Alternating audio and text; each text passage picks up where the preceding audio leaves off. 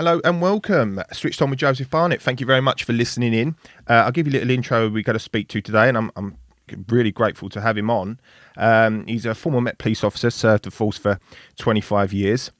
He's now turned an author and an anti-child abuse campaigner.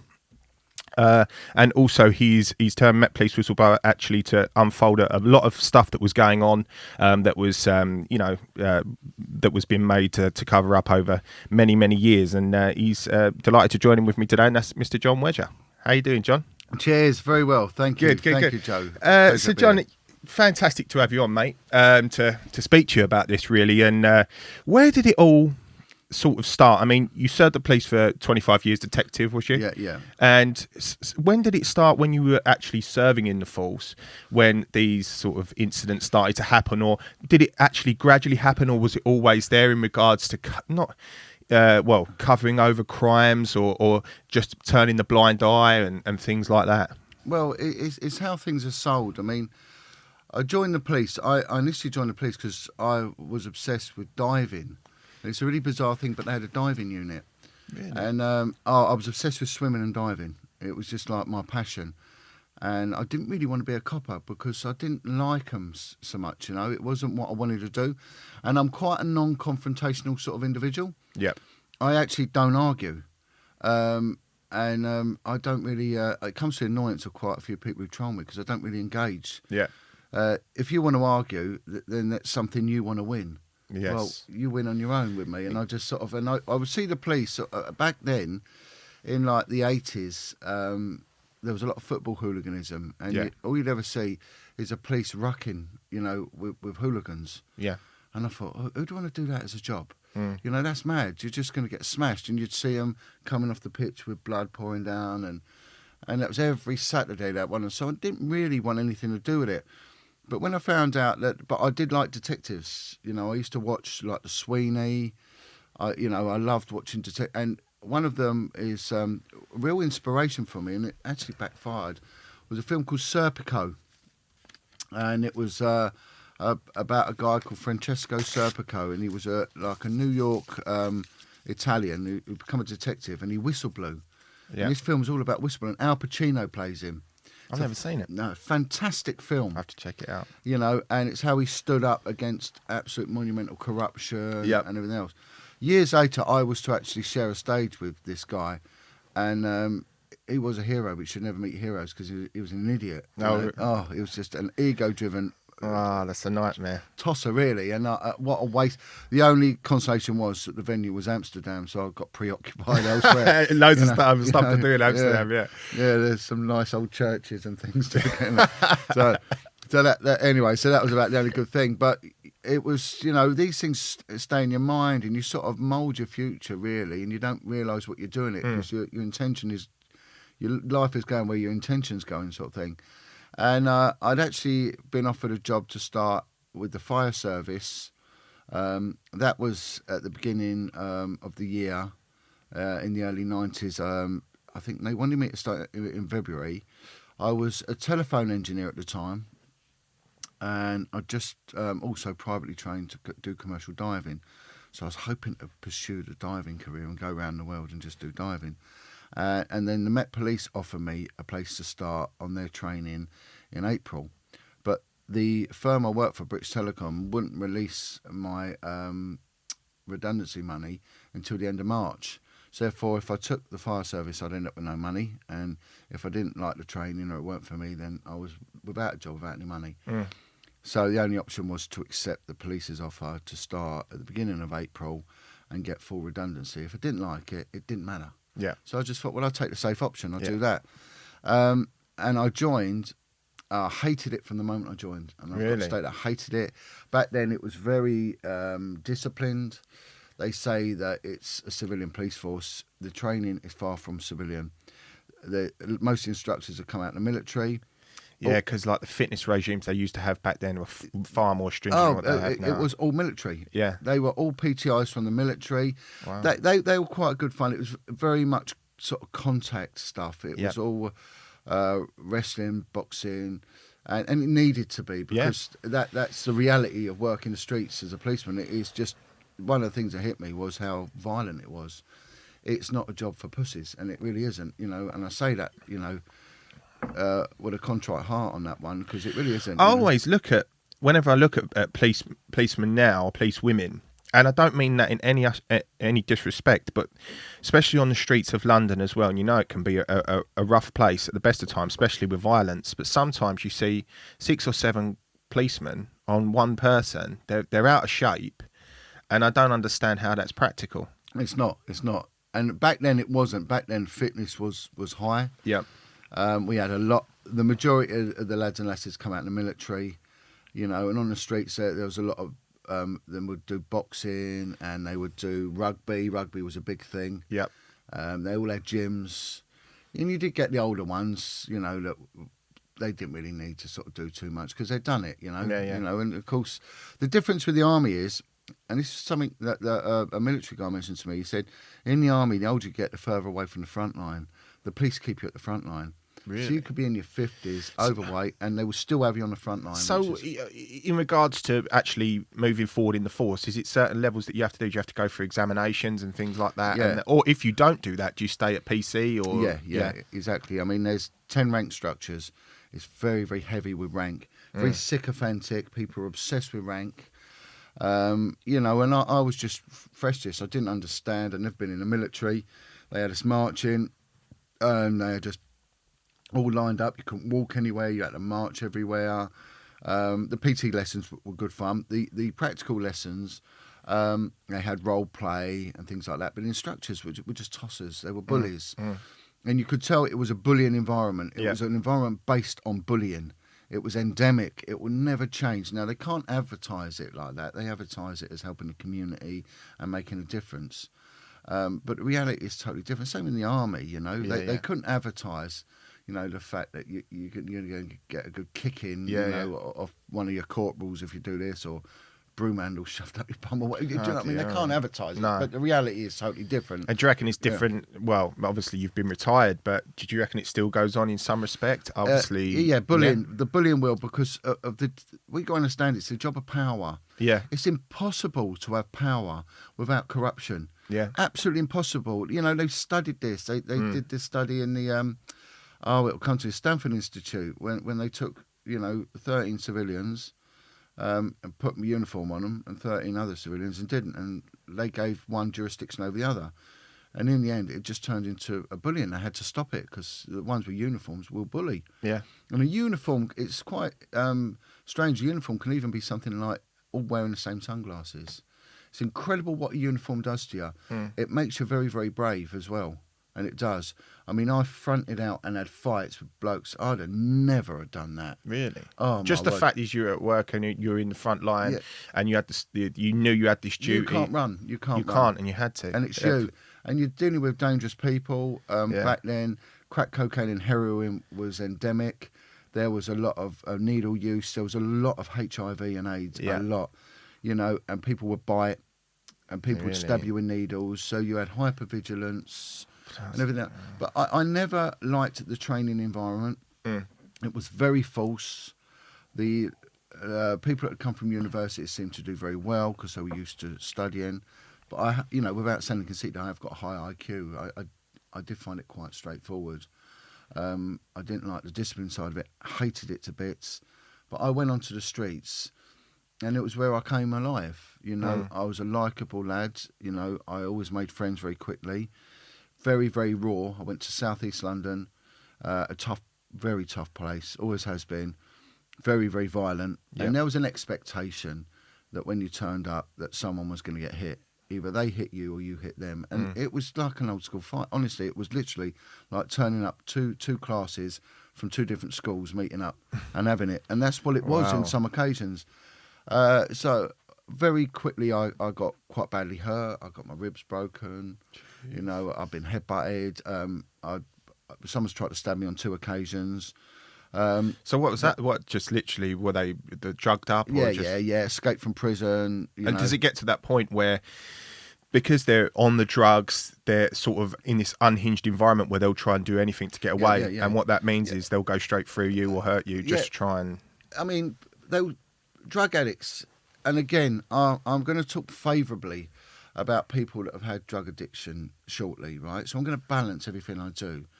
But I want people to understand the mindset of a young lad that's just been moulded, because you do basic training, it moulds you, it indoctrinates you, and it changes you very, very quickly. The power changes you more than anything you'll ever imagine. You know, you become very arrogant very quickly. You become very violent very quickly, right? And it's just a fact. That's just how it is, you know, and policing, you know, encompassing all those aspects. There was a very much a them and us situation, right? So the public was the enemy when I joined, and that's how it was. And it was just basic, go out there and smash them. Get out there and sort this out. The old school, when they used to say the police would put someone in the back of the van and give them a good kick in, and that stuff used to go on. Yeah. Back then we used to have like Sherpa vans. They were like the old post office vans. That's it. Yeah. And if that van pulled up, people knew there was trouble. But also, not only would they get kicking in the back of the van, you'd call up for a welcoming committee. So you get back to custody and say, we need a welcoming committee. We've got a lively one there. So the van would back up, custody doors would open, and there'd just be like this corridor of coppers. And then this battered offering would just be thrown out the back, and they had to make their way as quick as they could to that custody door because they were getting smashed to pieces. You know, it didn't happen a lot, but it did happen. Yeah. And it usually, if they wanted to know, they got it, you know, and they got it bad, you know. And there was one instance where a WPC went into a pub and got a smack in the face. So the next night duty, the inspector come on and said, right, everyone, I want everyone in. So not just our Nick, but the neighbouring Nicks, brought them all in and went down that pub, and just everyone just got smashed. Whoever was in there, and the landlord that wrecked the pub. And the landlord was told, this ever happens again, not only will you end up nicked, you know, you'll lose your licence, everything. My officers never getting assaulted in this pub. Wow. And to a degree, you know, I was in favour of it, and other times I'm thinking, well, where does it stop? Yeah. And once you start, it's a bit like someone who batters their wife. That first hit is going to be one of 1,000. Yes. And it will progress. It will get worse and worse. So I didn't really fit in because I didn't like the violence. It wasn't me. But I was a good communicator, very good communicator. So I started getting information given to me, which was way above my station from my experience in my service. So very quickly I started linking in with things like the flying squad and the regional crime squad that they had back then. And it was noted that I had this ability to communicate, you know. And then I ended up going to the West End. So I left from South East London, moved to the West End of London, where that's my first experience with the CID. You know, I'd been working with them, giving information from informants, and now I started investigating, and I absolutely loved it. But what started to happen was that I started getting information from the heroin addicts, and they'd all come from the care system. They'd all been in care. The drug addicts, yeah, all been in care. And when you actually started talking to the people, that one minute you was nicking them and just basically looking down on them, you know, like they were just rats that climbed out the sewer, you realised that these are people that have been badly hurt, you know. And one guy said, if you had my life, you'd be sitting where I'm sitting. And I said, well, what is it about it? He said, it's like being wrapped in cotton wool, and it takes all your care away, all your pain away. He said, you've got to live with this pain. He said, every time you wake up in the morning, you still taste what was pushed in your mouth or shoved up your ear. And he was explaining it in very graphic terms. Now, the unit that dealt with that, you know, was the child protection teams, right? Yeah. CPTs, as they were called back then. And these child protection teams, they were just manned up or crewed up with lactating women. So they were women that had gone off to have kids and had come back on maternity leave, and they were given the job to deal with this. A lot of them, I'm not knocking anyone, but I think I'm in a qualified position to say the truth here. Yeah. A lot of these women just wanted to go home, right? But they were dealing with dysfunctional families from poverty. And with poverty comes certain conditions, such as scabies, you know, and people sometimes, they lose themselves, you know, they struggle to get up in the morning. So on one side, you're getting a woman who's just had a kid, who's living, on the whole, a middle-class life, because she would undoubtedly be married to a copper. Yeah. So That's always the way, isn't it? Yeah, yeah. It's a bit like Institution. yeah, rock stars and all that. They, Yeah. you'll never get a singer marry a plumber, or anything like that. Do you know what I mean? Yeah, yeah. They always, nepotism and all that. And they say it's because you understand each other, but I mean, But the social life with police, and of going off a little bit of it, but they always socialise with each other, don't they? They don't do anything with anyone else. yeah, And that's yeah. why it probably ends up going. And some of the women had horrendous reputations. Really? Oh my word. But yeah, sorry, John. You know, Yeah, so we were talking about the drug addicts, but yeah, these women obviously not qualified to be able to help them. Yeah, and it's understanding mindsets, Yeah. and as much as the police officers need to understand the mindset of the criminal and where they're coming from, which is pretty much what I advocate now. Also, what needs to happen is the criminals, they need to understand where coppers have come from. Yeah. And it doesn't make coppers bad people. And, and there is this hatred in certain communities. We ain't the LB, we ain't, and each other need to understand where they're coming from. Now, these women that were working on these units, they didn't want to engage with these families, firstly because they looked down on them. They'd say, well, why back then, why have they got a television if they're on the dole? And that's how they said they shouldn't have a telly if they're on the dole. Why have they got a mobile phone? They must be dealing drugs if they've got a mobile phone. What's going on? And they wouldn't go in their homes because they think they'd get scabies and take it home to their little precious prince or princess that they've got at home. And, and all their friends and family would be of the same ilk. Now, I ended up having 2 children by a woman who unfortunately had a troubled background, and she ended up misusing drugs to quite a chronic level. And but she had 2 other kids which I took on, and I basically was given to them by social services. I didn't qualify for any fostering allowance or anything because I was a single parent back then. You couldn't do it, so I was a very young lad in my late 20s, being like 4 kids on my own. Wow. I very quickly sank into poverty because I had a mortgage very, very quickly. And I was supplementing my income by doing tree surgery and doing bricklaying and menial jobs at the weekends, as well as looking after my kids. Jeez. And I would say for a good 20 years, I never really got a proper night's sleep, So I understand more about where a single mum's coming from than I think any man that I know, Yeah. And I also know that no one's really interested. You just shut up and get on with it. You dealt with it. I couldn't have a long-term relationship because I had kids. Yeah. What woman would want to be lumbered with that? It's true, yeah. I mean, yeah, there is that stigma attached, isn't there? People having kids and that. There's certain people they don't want to be with them. Yeah, but one of my children had behavioural problems because he'd come from a very damaged background. One of the older ones. So I had all that to cope with. They wanted to put him into a secure unit, but I stayed with him. And I want to say to single parents out there, firstly, don't be a single parent. It's hard work. It's not a choice, but people do make it a choice. It's not a choice. If you're with a man, ladies, and that man has a propensity to F off, then don't go with him. Certainly don't have a kid with him because he'll do it again. And I say to men, and I say this strongly to men, where have all the real men in this country gone? Men are meant to stand by like a lion and protect, their cubs. yeah, They're not meant to sod off. That's not what men do, right? So seems to be modern society now as well. I was having a discussion with someone yesterday about it, and it's just like in relationships and people having these relationships and how they tend to give up on things very quickly and don't try for anything no more. It seems to be the society, all the societal change that we've had. It doesn't seem like, oh, I'm not going to try for my family, I'm not going to do this, I'll just fuck off and just start again. And sometimes it doesn't work out the best. But and yet I used to hear it from women. They'd go, and I will bring the timeline along to how it come, and then they'll say, my kid's better off in care.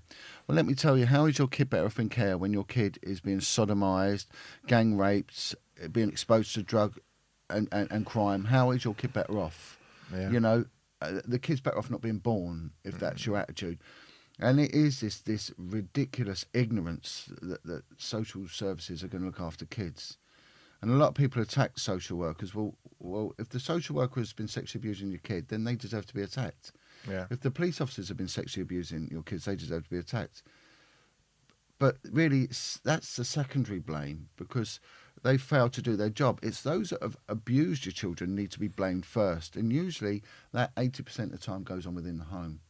Yeah. That'd be a parent, a step parent. I mean, step parents have got mum's boyfriend. I mean, the amount of times I would say accounts for 90% of the Really? cases that I've spoken to is she'll get a fella and he'll just abuse them. And but you get women abused as well, you know. And this is the victimology, which I'll leave to the end, is understanding, you know, how And does it get to a point where these poor kids that are obviously being abused, they don't know no different, so they just carry on with it, and obviously they haven't got anyone to tell, or if they told someone, they'll be like, well, you're not telling the truth. Joe, how I know adults that have never experienced bereavement. Yeah. Right? So people in their 50s have never experienced bereavement. They've had a very, very sheltered life. Yeah. And all of a sudden, that 8-year-old parent dies. Well, Kelsoprees, 80-year-olds, octogenarians have a propensity to die. And they go into meltdown because they've never experienced it. And then they're on antidepressants and the world collapses. You know, my word, for me, I find it quite unfathomable that you've been that protected from it. But again, that they can't compute it. Now, can you imagine how a 6-year-old has to compute having a dad's penis in the mouth while the mum watches, or the mum encourages it, or whatever, and then anally raped, having to go to school after being anally raped? How are you going to behave? How is this going to manifest itself? It's going to be like a boil that just bursts. So teachers need educating. You know, that when a kid is kicking off and swearing and biting other children, right? Sometimes that's not ADHD. Sometimes that's sexual abuse in the home. And if you ask a parent, well, what they're going to say? How many times have I interviewed paedophiles and they've gone, oh, yeah, you got me, John. Yeah, well done. How clever are you? You know, they don't admit to this, but the signs are there. The kids are telling you everything, and it's understanding it, what's going on, and understanding the brain and how the brain processes it. And then also, then when the kids are put in care, and some went into religious institutions where a priest sodomized them, or a nun sexually abused them. I hear about nuns being some of the most vexatious, sadistic perverts in the accounts I've heard, hiding behind God. There's a special place in hell for these people. Let me tell you that. So they have to live under that, and then they read the Bible too. So they're not going to go to God in their later years when they want peace and salvation and healing. You know, so they know what they're doing, you know, or if it is a social worker that's doing it, and then they report, and it goes on their report as they're a liar, that they come up with, vexatious comments and all this, you know, fantasies.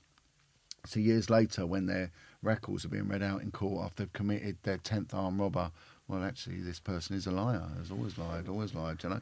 So it just paves the way. And, you know, then they go on to the institutions where they were abused, they were brutalised. If you was to do that to a dog, you know, from a puppy onwards, you would have a wild fox, you know, a wild raging beast on your hands. What's this with the, you know, as you're picking up on care homes and these poor children that have had really a shit life, and that's where these sort of sadistic people pick up these kids is from care homes, and you pick up on the 90% being in stepfathers and things like that. But you hear about these groups and things like that with the upper echelons of society getting involved, and especially with the Elm House scandal and Dolphin House and things like that, and that the network that they work in. And these, hopefully you can shed a bit of light on it. That stuff definitely happened, but it's the care homes that they go into, isn't it, to pick up these kids that are abused. They haven't got anyone around them, and they can just look. If a man loves women, he's going to go to the bars. Yeah, and that's it. You know, these people love the children. Where they're going to go, you know, and there's already supply, and this is where you start getting into the very, very dangerous territories. This is where I experienced this for the first time, and I'll bring the story along to how this happened. And, you know, with me, in my opinion, I become a security risk, hence the reason for them to attack me in the way I did, because I was just millimetres away from exposing how much maybe politicians were involved, priests and everything, high up. And now we got to then look at who allows these people in there, you know, and why do they remain in there? And there is a pattern to this, you know, and it has been going on for a long, long time. So I mean, I went into the CID, and I loved it. There was a lot of corruption going on because they were starting to dissolve units like the regional crime squad were being investigated for high levels of corruption. The flying squad units were all under investigation, so they'd shut down these units temporarily, and they put them in certain police stations where they can monitor them. And I ended up at one of them stations, so I ended up being moved to this station at the same time all these corrupt officers moved. Yeah. So I was classed as corrupt. I wasn't. I just had a transfer. Yeah. You know, because it was easier for me to travel. And by corrupt, do you mean that they're taking bribes left, right, and centre from people just to allow things to go on and things like that? Yeah, yeah. I mean, the stories I was to hear was there was 3 lads were going out to France and Switzerland, coppers, and committing armed robberies. There were coppers that were would do. Yeah, yeah. There was coppers that were doing contract killings abroad. Wow. There was drug money was being taken. The drugs were being resold. That's insane. You know, prostitution. Coppers that were running brothels. You know, That's mad. Yeah, yeah. And some of these coppers, they were tough guys. You know, Yeah. they were ex-soldiers. They were rugby players. They were boxers, and they would go toe to toe with any. You know, I see a lot of these gangsters. You know, and I speak with them now. And a lot of these hard men, you know, there's blokes I work with them that would give them a fair play. And some of them would go one-on-one with a fella. We had a DI, he would literally take his shirt off with any criminal we dealt with. He would take his shirt off and step outside. And then they'd just go for it. Oh, go for it. And he'd do it to his own as well. One detective sergeant, we were out having a lunch. They was obsessed with these lunches. And we'd always go and have a curry and just get... Alcoholism was rife. Absolutely rife, you know. If you didn't drink, you weren't getting in the unit, and that was it was just how it was. It was, you know, and when they drank, you know, they were Sounds like the Wild West. beasts, yeah. And this detective sergeant had screwed up some evidence, and it was to do with protection racket that was going on around the sort of the central London area. There was a group that were doing protection rackets, and the old Bill had taken a pub over. Were making out they were running. It was a covert job, and one of the witnesses, this detective sergeant, hadn't picked them up on time to get them to court. So they was late, and there was an argument. So we'd all gone for a curry, and this DS walked in the pub, and this DI went up to him, and he punched him right in the head, right in the eye. He hit him so hard that he splintered his bone in his eye socket, and it pierced his eyeball and blinded him. He laid on the floor. They had to pension him off in the end. Laid on the floor. He was clearly fitting on the floor. He was in a bad way. And he turned around and said, "No one is to pick that piece of shit up. He stays there." And just left him there. Left him there in the street. And then it was a member of the public called an ambulance and took him away. And it's just crazy how it was back then, especially compared to now. I can imagine. Yeah. And I mean, sometimes you'd walk into an office and there'd be a bloke shagging a bird over the desk, and that happened quite a bit. There was honestly it was horrific, you know. But it wasn't overt, you know. No. But once you got in amongst them, you know, you realised, you know. But that was coming to the end of it, right? I mean, what it must have been like in the 70s, it must have been appalling, absolutely appalling, you know. But then again, the coppers were doing a good job as well, and they were, you know. I would rather have had certain elements of that when they turn up. I watched a thing the other day, this Black Lives Matter protest, and these coppers were running. Yes. And I was ashamed. Yeah. And they were running. It happens a lot. It's happened quite a bit now. When running away. Police should never run. It's got to a point now where because everything's so publicised as well with the police, if they do something out of turn or they touch someone or anything like that, they're sacked instantly. And as you've seen, and then they can end up getting arrested themselves. So, you know, you can't blame them sometimes because they're just too scared and they haven't got the authority they had then. No, they've been diluted. Yeah. And people are moaning to me, right, saying the police haven't investigated this crime. I said, well, the public gets what the public wants. The public wanted the police depowered. Well, that's what you're going to have. If you allow this social worker attitude to infiltrate what is a police force, then you're going to get that. Yeah. You won't get the tenacity. You know, the angry bee gives you the honey. You you know, and it's all nice them being all user friendly and hello ma'am, yes sir, and all that, but they ain't going to do any work. Not going to solve any And you crimes. see them, they just want to go home, Yeah. you know, and this is what you've got now. And I say to people, this isn't corruption or a conspiracy. 90% of the police's lackluster is laziness and incompetence and stupidity. That is 90% of reasons why these crimes, child abuse crimes, are incredibly difficult to prosecute. They have a 2% success rate, historic, 2%? and always have had, Even with DNA and things like that now. Yeah, all these things there. Look, anything that's got an A after it's an agency, right?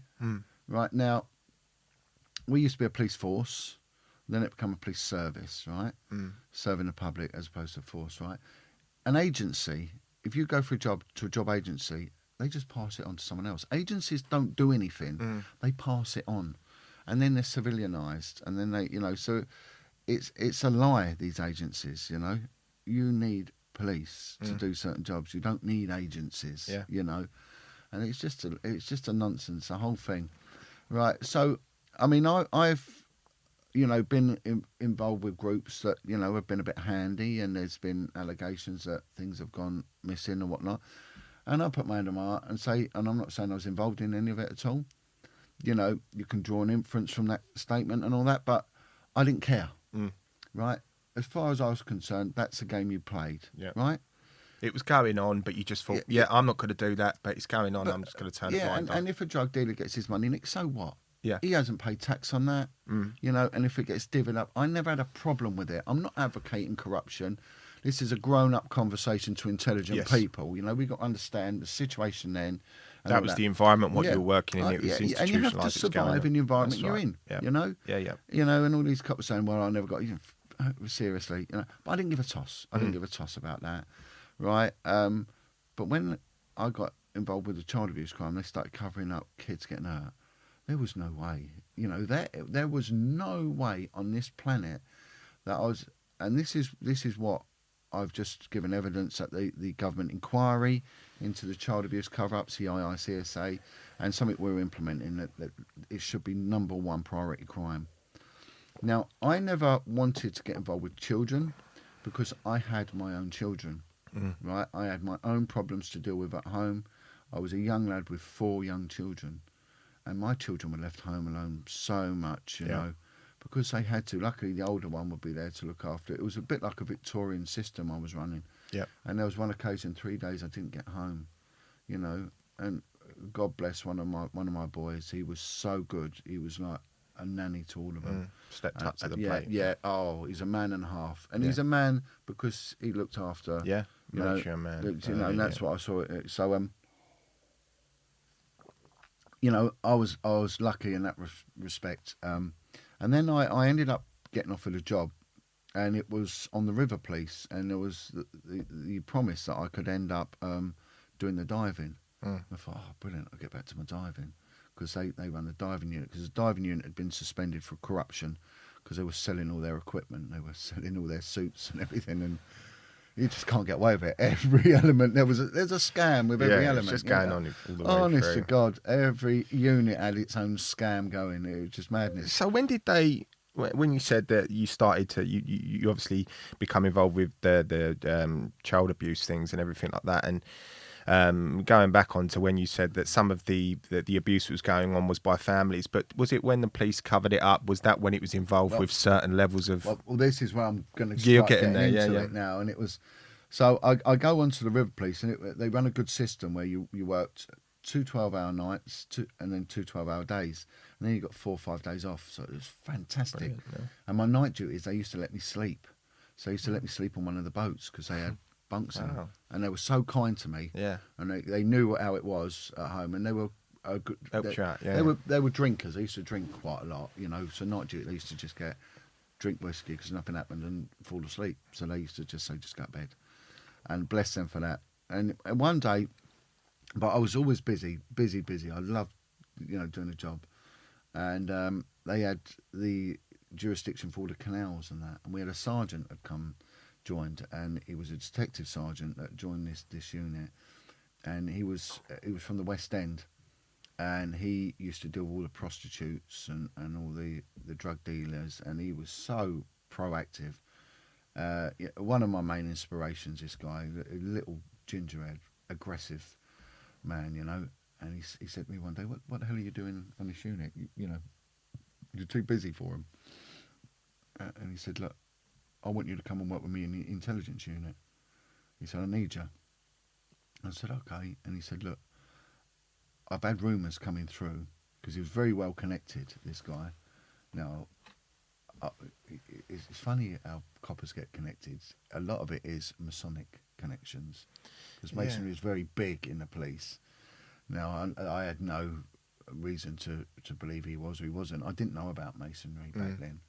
I was later to find out it has a huge... Really? Oh, a huge influence, especially on specialist crime units and detective stuff. A huge, massive. Wow. And it's almost a given, you know. And that's how they get these good jobs. They give them that. Before you go for an interview, you don't know what you're going to be asked, but a Mason, if it's a Mason doing it, It's interesting you say that, because I think it was in '96. Was it Robin Cook who was with under Tony Blair? I can't remember who it was at the time, but they called out the judges that were investigating some crime to show their identities and if they were part of the Masonic Lodge. And obviously that didn't get pushed through, and they weren't allowed to do it because of, obviously, you know, they're institutionalized and they'll help each other out. And if it's someone that's going to be, they're part of the same group, they're obviously going to... We were all given a form, I think it was about 1997, under Sir Paul Condom, when he was the commissioner. Everyone got a form, and it was a declaration if you was or was not a Mason. Right, so everyone got this form. And I remember the fella that was on my team was a big Mason, and he was a big guy. He was a tough guy, and he said, "I'll collect all these forms in, and I want everyone to give me the form." So we all gave him the forms, and he took them out and burnt them. He said, "No, this is what's happening to these, and burning them." Right, you know, they don't need to know who is and who isn't. Yeah. And he basically dealt with it. He was a Mason. He went and dealt with it. Said, "No, I'll deal with this." And even the inspector wouldn't say anything. Just let him do it. You know. Wow. So it's got a huge influence. But, you know, this guy said, "Look, I'm getting info coming from the prisons," because the Sex Offenders Registry Act had just come out in 1997, where sex offenders had to register that they were a paedophile. If they'd been convicted, cautioned, or served a prison sentence for a Schedule 1 sexual offence, they had to register. And they were panicking because they thought it'd be like America, where they would be totally and utterly, you know, ostracised and identified, and their lives are at risk. We haven't as yet got that sort of, you know, they're looking at a thing called Sarah's Law and all that, where you can now be told if there are paedophiles living near you, but that's about it. Don't they protect him now as well? Obviously, what happened with is it Maxine Carr when she was with the Sohan murders, and they spent all that money protecting her, don't they? And now she's got a secret identity. Do they do that a lot? Yeah, they do that a lot. Yeah. You know, it's witness protection. It happens a lot. You know, when you deal with informants, that, you know.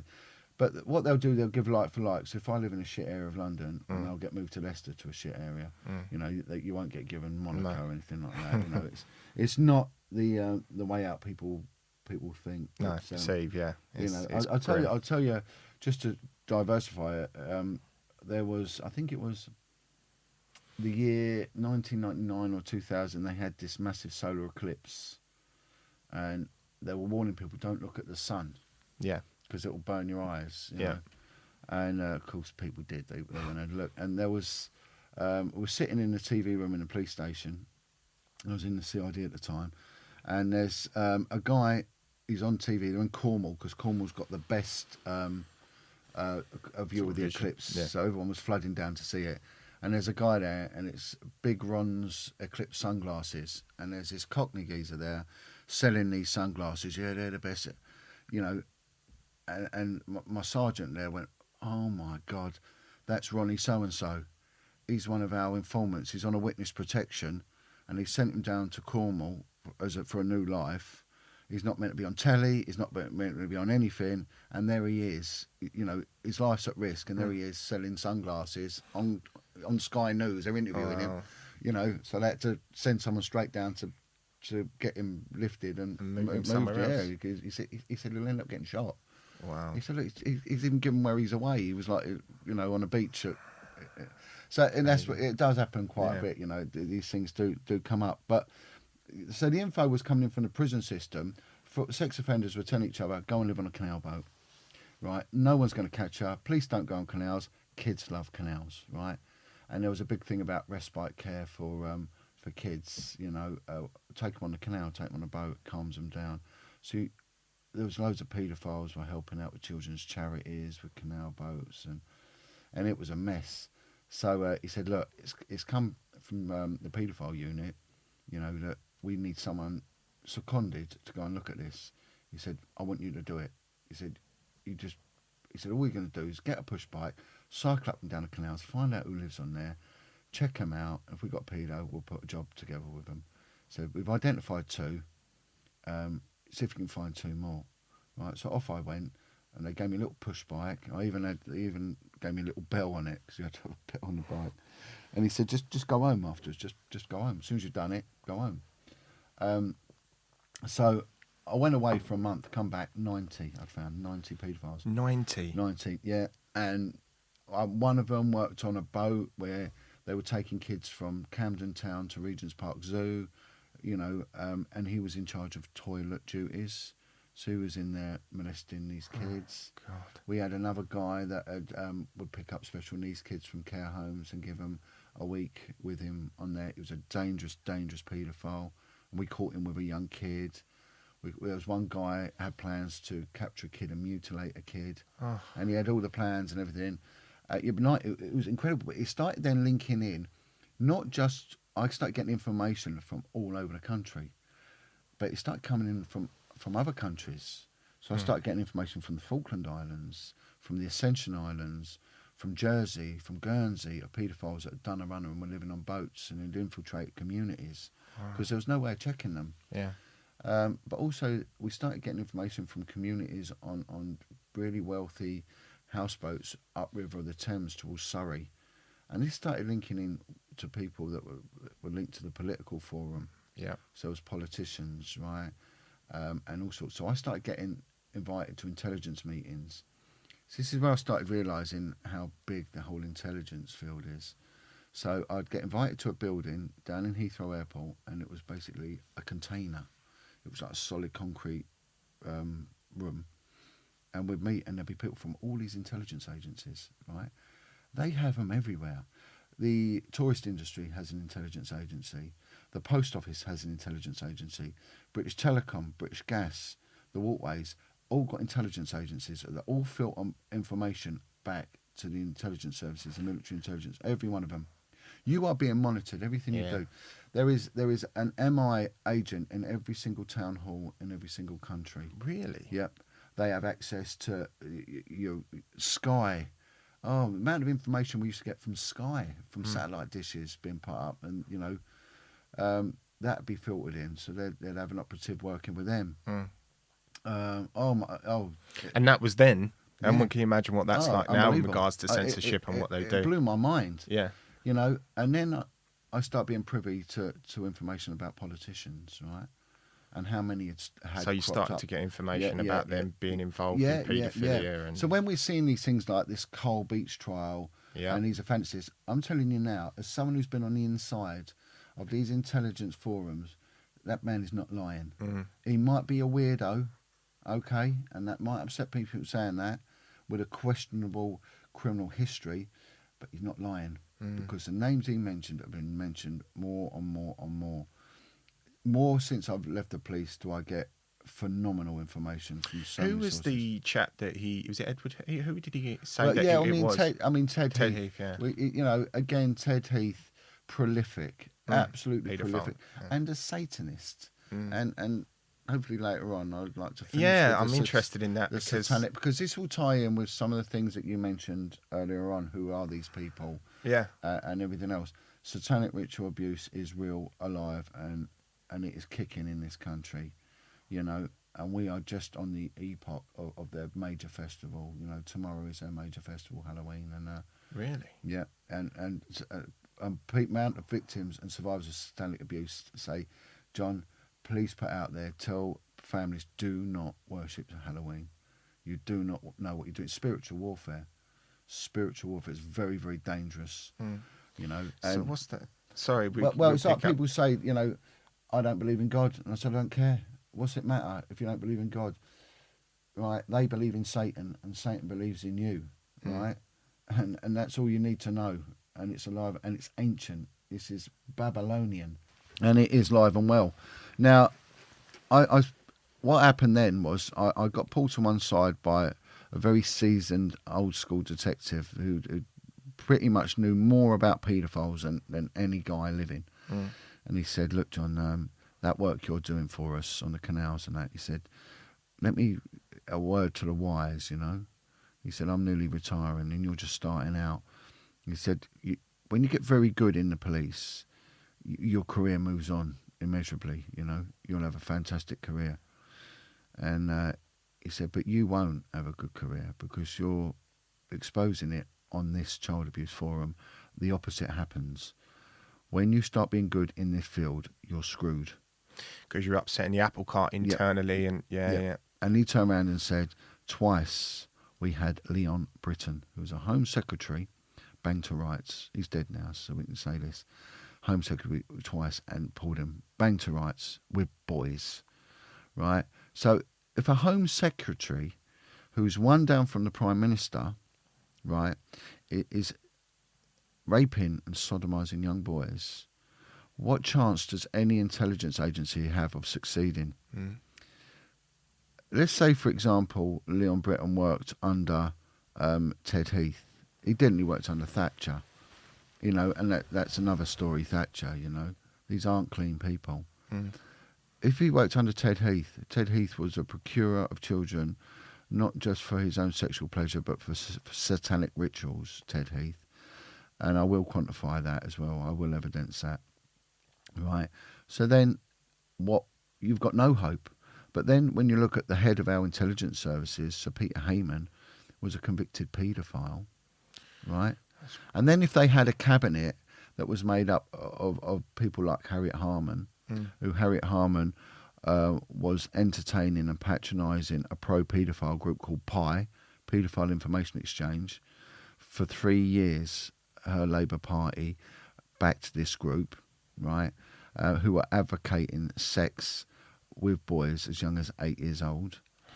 Harriet Harman, Margaret Hodge and Patricia Hewitt, all three of them, right, allowed PI to give a speech at the annual conference at the London School of Economics, I think in 1977. Harriet Harman herself wanted the age of consent with girls lowered to 14, right? She's the one who made the comment that if a kid doesn't complain about it, then what's the problem, right? So if we had a government made up of them people, right, and every politician has a political advisor, right? I can name 5 prime ministers who have political advisors who are paedophiles. 5. So if that, and in one of them, I think it was a guy called Patrick Rock. He was a political advisor. I think either it was to Blair. He was caught with tens of thousands of images, and he was put in charge of internet security. You know, so this is why you get that. And then where are the residents for politicians? It's at a place called Dolphin Square, right? And they were procuring young boys from the street. There's a book called Playland by Anthony Daly, and he talks about his life on the street as a rent boy around the Piccadilly, and he'd be picked up, he'd be taken to Dolphin Square, and he would be raped, you know, anally raped for parties, and he would watch other kids being anally raped there. So this is how comes this is allowed.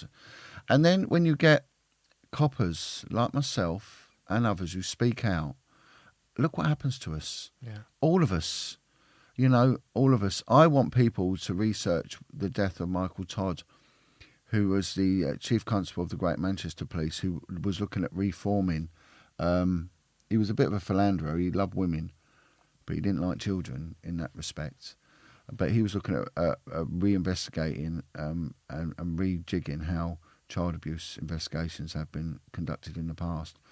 He had a death which was suspicious. He fell off a mountain with a bottle of gin in his hand or something. Exactly the same death as Robin Cook. And Robin Cook was exposing, the weapons thing that was going on in Iraq. Both had similar deaths. So, Yeah, suspicious. and this is so. In order to understand cover-ups, you need to understand how victims behave.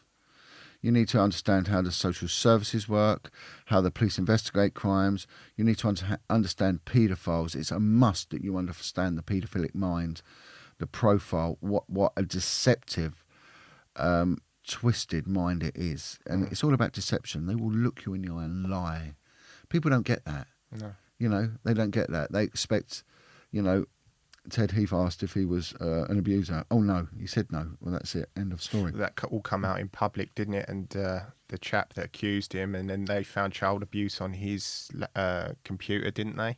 And then it went on from there, but he was just literally trying to attack him, his character. Well, this is what they do. Yeah. They have to attack the character. Yeah. Now, the police have tried it with me. Yeah. There are other whistleblowers. I'm not going to name them. But and that's one thing that when you're a copper, you'll get access to information, right? What you do with that information is up to you. If you manage it right and you record it right, then there's not a problem. If you mismanage it, it could be classed as a problem. But either way, there's an audit trail that will last for eternity. Now, the management of information and the mismanagement of information is a very fine line, and it's subject to interpretation. So all they need to do is look at the information that you've collated and you've disseminated, and if someone determines that you've mismanaged it, it's a data protection violation, which means you can lose your job and go to prison, which, lo and behold, is what they get every single whistleblower for.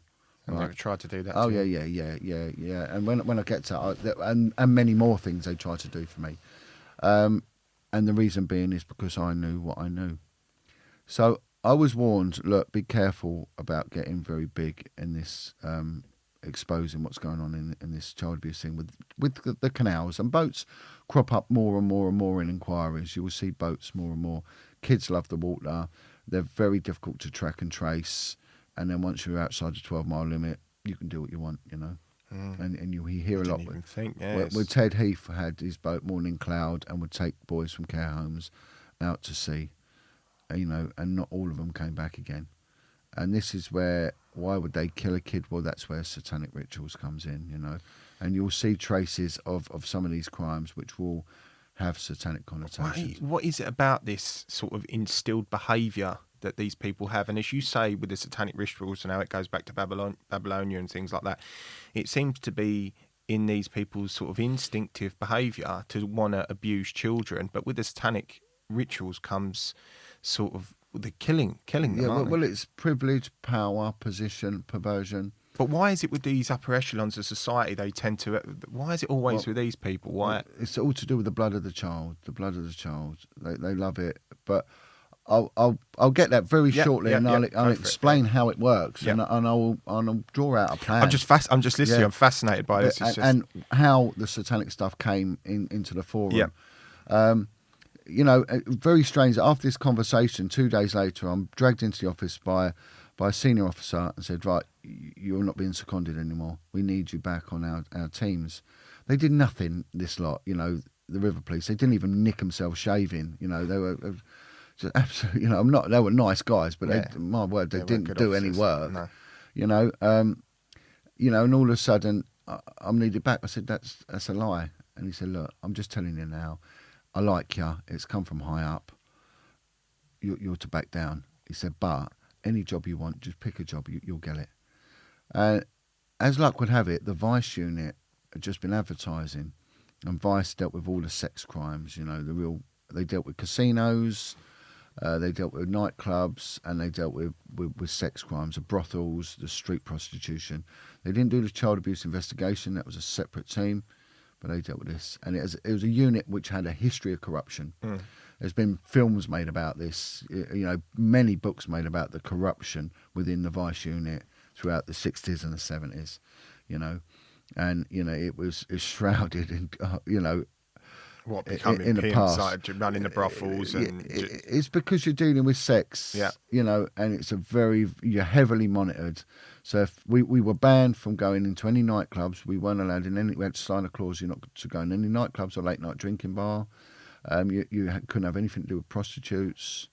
If you were caught with a prostitute, that's it. You're gone. You're finished. There'll be no inquiry. And you have to sign this disclaimer because there were men that were going back to the brothels, coppers that were getting, freebies, and because you're just dealing with men and sex. I mean, there was one unit that all they did was watch porn, and that went from child porn to animal porn to child porn. What, there was police? The police, yeah. And the room was a bit like this room, and it was in booths. And there was like 6 booths with a stack of things. So they had to grade the porn, right? And there's a grading system of 1 to 5, and they've got logged down what makes it obscene. All right, so obviously child porn straight away. It's obscene, and I'll give you an anecdote on this, and it will get you a prison sentence. That's it. One image, a level 5 image of a child, will get you a prison sentence of a year. Just one image, So a video of it, and they're worth big money. So back then, a child porn video was worth the same price as a brand new family saloon car. Huge money in it. Huge money in it. So organised criminals, in the past, some of them made their money through children, and they make films about some of these people, and they shouldn't be doing it. And I'm not naming names here. No. They shouldn't be doing it because I know what I know. Yeah. Again. And now it all takes in it. Well, they use modern day. You hear it with the dark web and stuff because they can't be monitored, can they? And things like that, and they have this network. Children, you can use many times. Drugs, you use once. Yeah. And kids, they love it. They just love having sex with kids. It's just what they do, and there's many levels to this, But this unit would watch that. They would watch bestiality videos, and they'd watch fisting videos, and sadistic videos. But what they would do twice a year, they'd have to be deep cleaned, these booths, because they knew that people would masturbate. Oh, and they would, because they're watching porn all day. They're watching porn all day, and some of the girls would masturbate as well. They'd sit there, and when it was all quiet and I was watching it, they'd end up masturbating. And that's just unfathomable. I can't. And they knew what was. It was just sort of like allowed. It was like, this is what happens, And it just seems, as I said before, it just seems like the Wild West. Like anything goes. Yeah. But can you imagine what it must do to your head? Yeah. Can you imagine? If you're watching bestiality videos, one girl, she said all week she's just been watching bestiality videos, like women having sex with dogs. So she's going home, and what's that doing to you? Yeah. And you get a very strange character after a while. You get when you would go out of them, it would all the conversations were perverted. Yeah. Because it was just dealing with perversion, and the street prostitutes. They were pretty much, there's nothing anyone hadn't done to them. All of them were victims of childhood abuse. Most of them have been in care homes. So all they'd ever done all their life is suck dick and just be someone's plaything. Some of these women were in their 50s. And, they would recount stories, that would, oh my God, it's just unbelievable, the level of perversion. But, they, in the end, you got to know them, and you realise that they were people that were just deeply, deeply damaged, deeply, deeply damaged. And there was no incentive to listen to them, to run them as informants. I was the first one to start running them as informants. They had an informant unit there, and they had no prostitutes signed up as informants. I started doing it because it's what I did. Wow. So I went on to this unit, and this is how it works, I said, this is where I want to go. Don't worry, we'll sort it. So I was sat there, and the guy who was interviewing me, who was going to be interviewing me, was in the same lodge as one of the sergeants at work. And he rings up the phone, and he says, is that so-and-so? And he went, yeah. He went, it's me. Oh, yeah, how you doing, brother, and all that. Yeah, one of my men's coming for an interview tomorrow. Can I have what they call a reading list? He went, yeah. He got pen and paper. He went, yeah. And he writes down all the questions I'm going to be asked in order. There, boom, boom, boom. And he's going to be asked to give examples. If he gives an example like this, like this, like this, like this, like this, he's passed it. Bang. And that's how the Masons work. And it was passed over to me. There you go. Don't let us down. And that was it. I'm not a Mason, but, they were. it was, you know, I was thinking, my word, and it was my first experience in how this old boy network works, you know. And of course, I got the job. You know, why would I not get the job? You know, it was just there. You know, so I'm on this unit that's working with street prostitutes, and what their job is to go out there and prevent offences against the Street Offences Act of 18. It's a real old legislation, and it's to do with curb crawling. So not only arrest the girls, but also arrest the curb crawlers. Right. So we go out there, and I thought that they'd arrest the girls and then sort of debrief and get a bit of information, but they weren't interested in that. There was 4 teams, right? Team 1, Team 2, Team 3, and Team 4, right? So every week there'll be a team on nights. So there'll be a competition, and the competition was who could arrest 100 prostitutes. We call them Toms, and that comes from Thomas More, whore. So it was a Tom squad. It's an old Cockney, Tom, yeah. Thomas More. And so you'd have to nick 100 Toms. And so you'd just steam out there and just pick these women out, nick them, take them back, process. And usually to process a prisoner could take 3-4 hours. We had it down to 7 minutes. Right, so we had our own sergeant with us, and we'd go bang, bang, bang. We'd do the paper, back out. Some of these girls were getting it 3 times a night. And each time they were getting a £50 court fine for each one of loitering, and so that's 150 quid. Well, how are they going to make that money up? They're crack addicts, heroin addicts. They've got to go out whoring again, and so that's how it. That's just how it went. That's just how it went all the time. Bang, bang, bang, bang, bang. And you know, I started talking to 1 or 2, and they started giving information, and because they're saying that some of our punters want young girls, and some of the other girls, the street girls, were actually providing young girls for them, you know, and providing their own children for them. So, and you know, and there was one particular prostitute called Foxy, right? And round Paddington, she was known. The rumours were always there that she was providing young girls.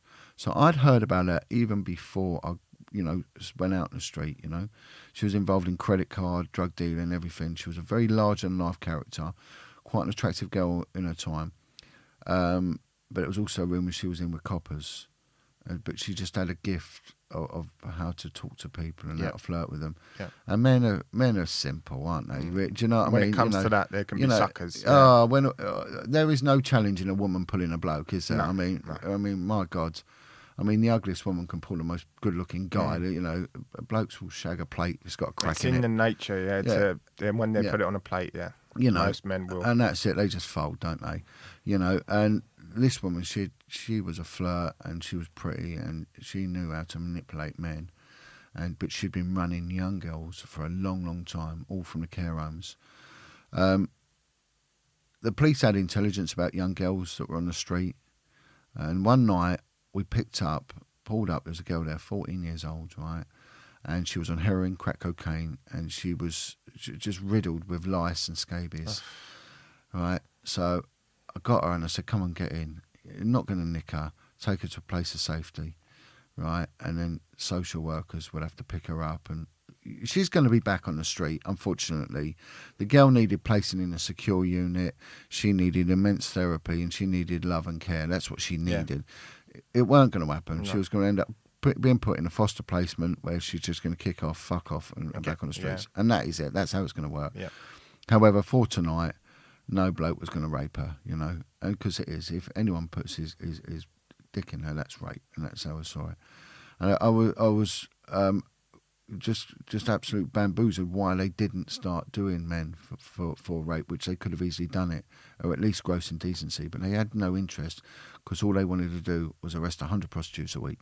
And that's all they wanted. That's all they were interested in, because it was the stats were like, figures. Our boys are cleaning up the streets, and that's that. And the community were happy then, and it was quite funny because I'll just stick with this girl because I do jump the timeline sometimes. I put her in the car and I told the controller I picked up little so and so, and I went, get rid of her. I went, what? Yeah, just dump her. I went, well, where? It's like 3 a.m. in a real shite part of London. No. She's got scabies. She's going to infect the car, and she's going to, you know. Anyway, we did take her back and all that, and they just weren't happy about it, you know. They weren't happy.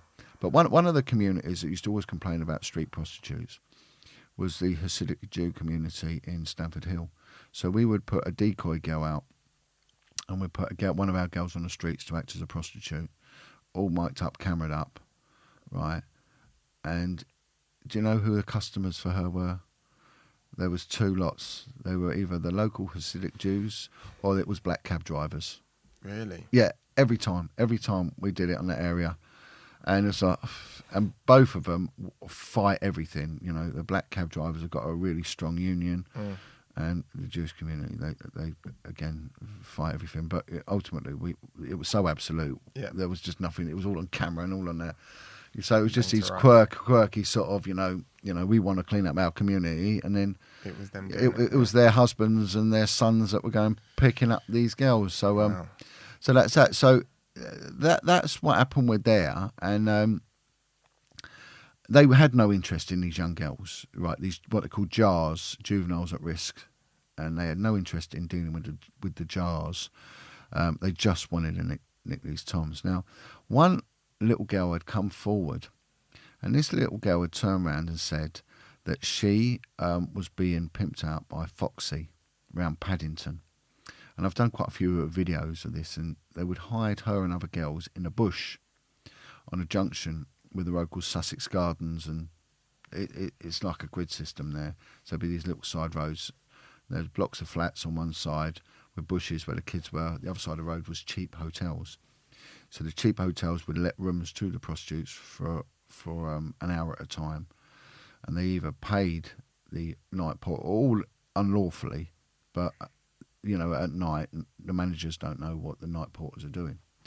And there was certain hotels they'd use because the night porters would either have a go on the girls themselves or would be paid in crack cocaine and have a go on the girls as well. So, you know, and then go home to their families, you know.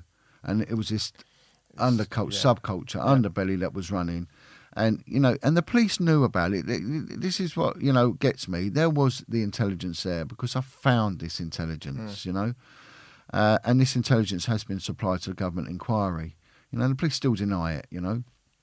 Anyway, so this girl said, look, I've been pimped out, and Foxy takes me in the bushes, and we go to these hotels, and these men have sex with me, right?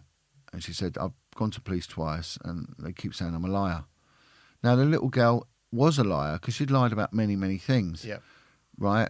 Because she's a bit of a nightmare. And this is the problem. You know, we see it on these NSPCC adverts with this wounded little child, God bless that little child or whatever, you know, that's injured. But a lot of these kids aren't sweet little angels, No, you know? because they've obviously had all this shit going on to them, and they're not going to be nice, are they? No, they're not nice. They're horrors, right? Yeah. They will tell you to F off. They will spit at you. Yeah. They will, you know, flipping nuts, some of them, right?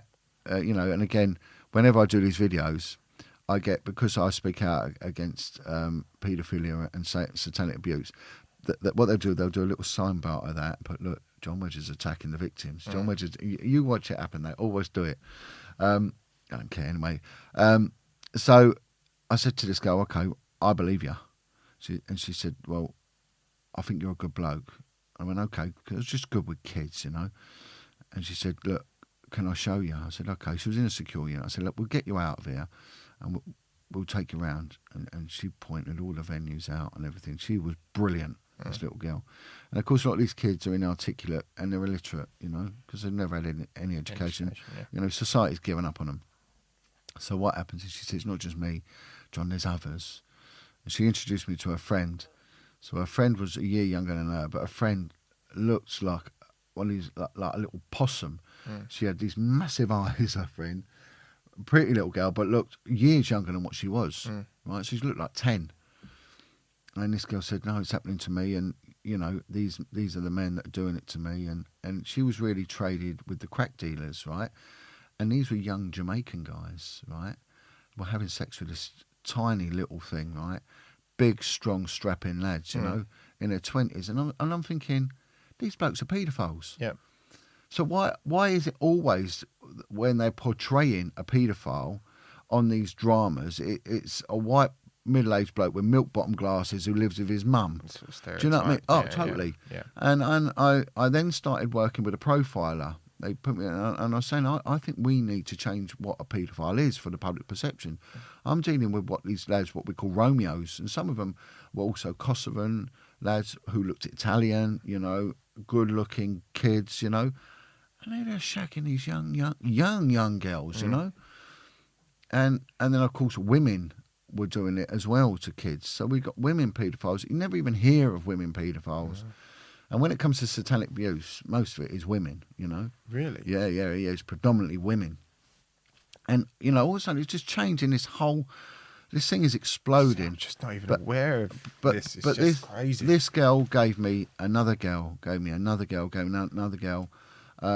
One of the places where kids were getting supplied from, a lot of kids' homes, was an Irish travellers site. Now we see the programme on the telly that they say no one ever touches our girls. Yeah. And what's going on? There was kids coming from there. So no one's immune to this. No. And this isn't me being phobic to any community. I'm telling the truth here. It's just what's happened. And this is the truth, you know. And paedophilia is not like any other crime. A lot of crime is what they call dishonest crime, right? And it's the reserve of the lower and the working classes. The lower class people steal, right? You know, there's no secret there. There's no surprise there. There's no sort of criminology, quelle surprise issue going on there, right? They get caught, they get banged up, right? And there's a reason, because crime and poverty go hand in hand. Whether one creates the other, who knows? That's a big argument. But on the whole, they go together, right? And then you get the drinking, the drugging, and all that needs all paying for. Paedophilia is different. Paedophilia knows no social, cultural, colour, religious, economic, whatever boundaries. It's just across the board. None of it. Across the board. But do you find, obviously, in some of the narrowing down that you were doing with people on the street and everything like that, they're the ones that actually, well, not in some cases get caught, but it depends what class you are. Yeah, and of if course. You get caught, you are. And this is what's happening, because all of a sudden these kids were saying, right, we're taken to a crack house. So I was going into the crack house. I was getting statements of crack dealers saying, yeah, girls have been brought in here. And you know what? That takes a lot of strength. Yeah. For someone to do that, you know, they could get shot. Yeah. You know? They said, can you protect me? I said, well, no, I can't. You know, I'll put an application in, but you'll have the police. You still want to, you know, carry on selling drugs. And there was pressure on me now to nick this guy because he'd admit the crack dealing. I refused to do it. I said, no. Let the CPS summons him for that. You know, whatever. He's doing good here. He's speaking out here. Let's get a grip, you know.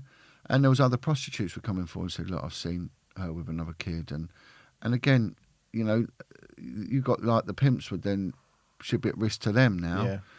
You know, so there was real strength coming forward here, you know. And the one thing was the police weren't backing anything I was doing up, not backing any of it up, you know. Really? Yeah. Well, you found yourself, you were just approaching it on your own sort of thing? Or even your boss or just... Yeah, there was one example. There was a guy had been contracted. He'd already shot a policeman and done time for it. Very dangerous yardie man from South London. Very well known in the West End, this guy, as an enforcer and a dangerous gunman, you know. And he had agreed to take on a contract to shoot or stab me when I came out of what they call a mentions hearing, a plea and directions hearing for this case. And so it was all there. So they put a hit out on you? Yeah. Well, 3 went out on me in the end. 3 hits went out on me in the end.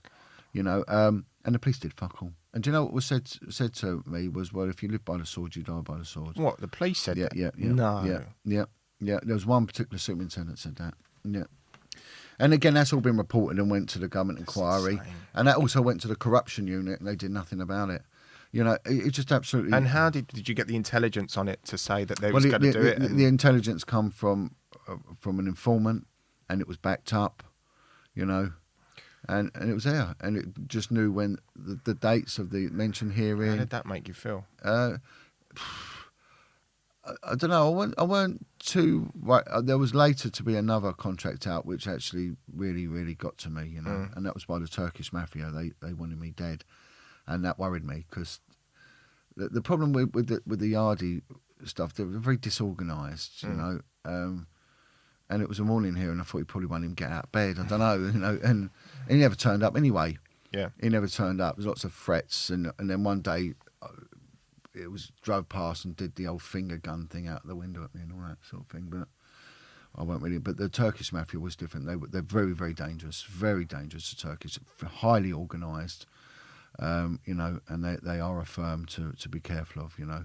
And again, the intelligence infiltrated that, did they? Again, Yeah, that I'll come on to that. Okay. That had a real bizarre twist to that Okay. one. That was quite an event. But with this, it was dangerous, and these little girls were speaking out, and they were brave girls. Brave girls. But you know, the youngest girl was 9 years old. She was an Irish traveller. 9 years old. So it was being done to her at the age of 9 years old. She was brilliant. She had a photographic memory, this kid. Couldn't read or write, but had a photographic memory, and she was absolutely awesome. So she was a real little star witness. And kids were just coming. Honestly, it was flooding. But they started saying other things. It wasn't just crack houses. One was saying about there's a man from the BBC. They were saying about a senior policeman. They were saying about a restaurant in Mayfair in Curzon Street. So probably the most wealthiest road in Europe. They were being traded there for 500 quid a time at night. So these clients were everywhere, you know. So what happened was a social worker contacted me, and she said, so it started spiralling out of London, and we started following where this Foxy had lived, and wherever she lived, she'd done it. So it occurred in Blackpool. She'd been up there, King's Cross, Croydon, and so that was how she'd been doing it, you know, and it was well documented, and it was well documented. So they couldn't say they didn't know. They flipping well knew, you know. And so I decided. This social worker said, "Look, Jon, we've been shouting about this for 10 years. We've been screaming at your unit." She said, "What the effing hell do your unit actually do? Because they've got no interest in kids at all. But they'll always be on there. They're always travelling abroad. So if there was an allegation made and someone lived in Thailand, they'd go on a business class trip to Thailand and investigate. Oh yeah, no, you know, no Just jurisdiction whatsoever. It was a jolly, you know. That's all they did, you know. But on the streets of London, they had no interest because there was no way of recouping any money either. Because the police, was it called the POCA, Proceeds of Crime Act, to come out.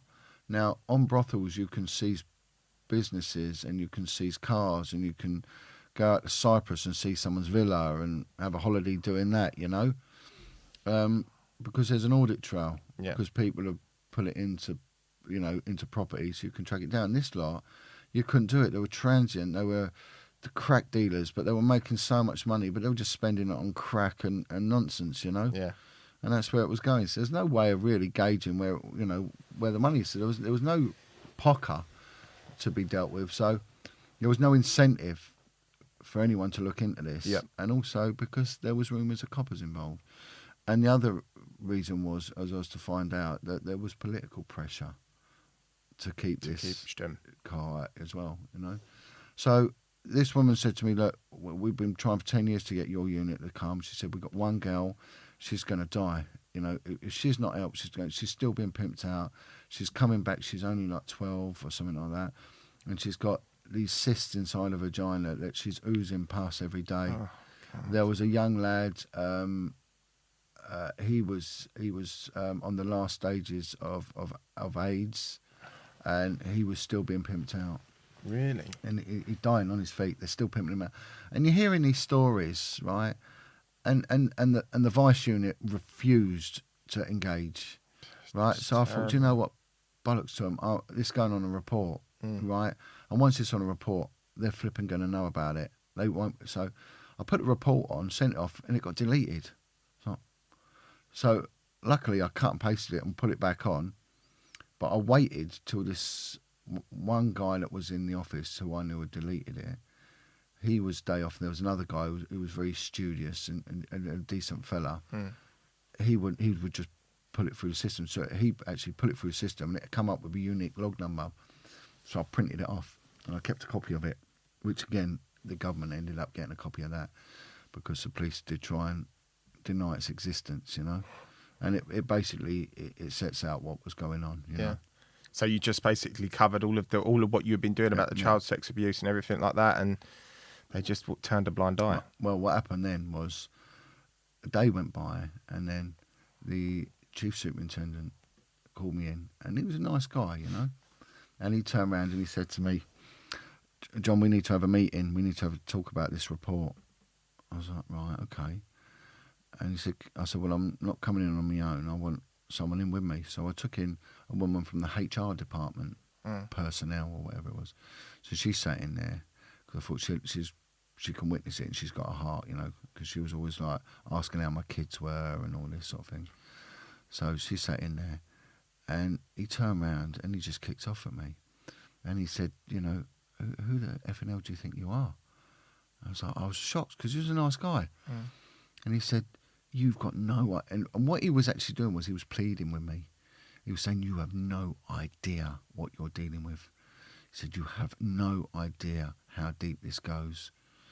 Now, I at the time thought it might just be child prostitution. I subsequently know that this is very, very organised, organised child trafficking. You know, and it's really funny how this has been echoed and has been corroborated as I've gone through my campaigning career.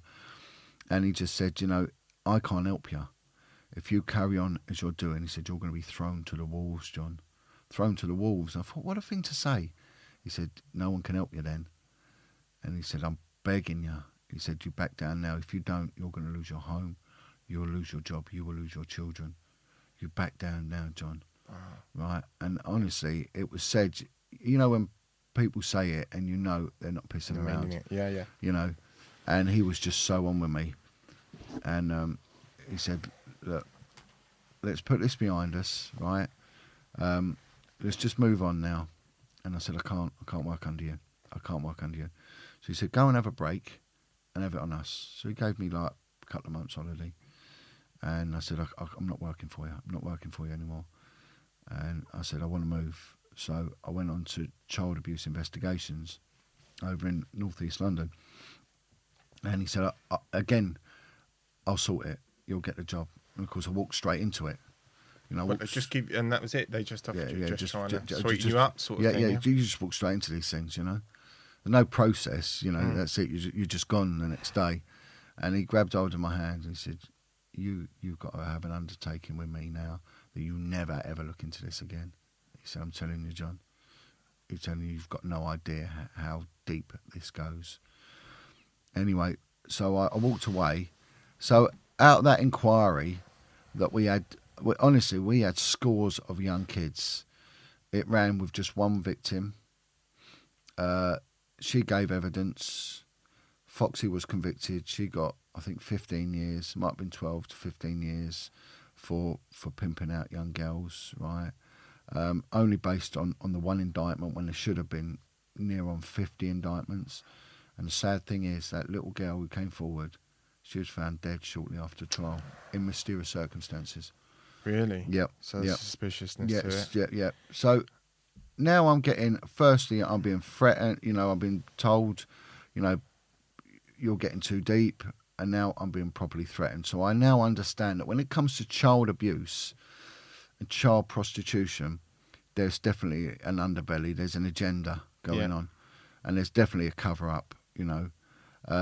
So when I started seeing stuff subsequently coming out about Dolphin Square and Jimmy Savile, you know, and Hope de la Graine in Jersey, I knew, and grooming gangs, I knew that these people weren't lying. These victims aren't lying. No. They are not liars. No one lies about this. No. You know. Why are you going to lie about something like that and go public with it and make yourself be a victim? Like you know, it must be terrible to actually go through something like that, and let alone just to sort of start telling people about it. Why would you lie? Well, I then started to understand victimology. You know, you know why people behave the way they behave.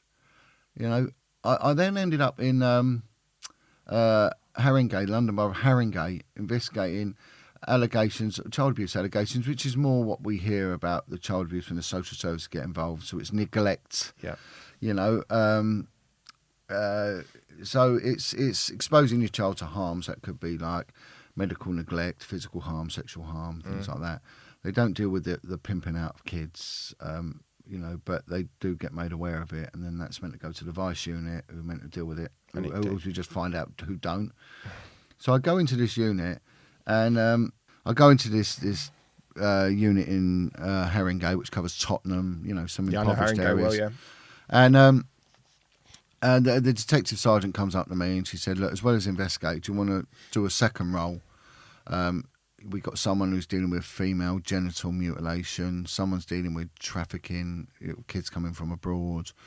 There's all sorts of stuff, domestic violence and all that. And I said, well, is anyone dealing with child prostitution? She went, well, funny, the girl you've taken the place of, she was dealing with it.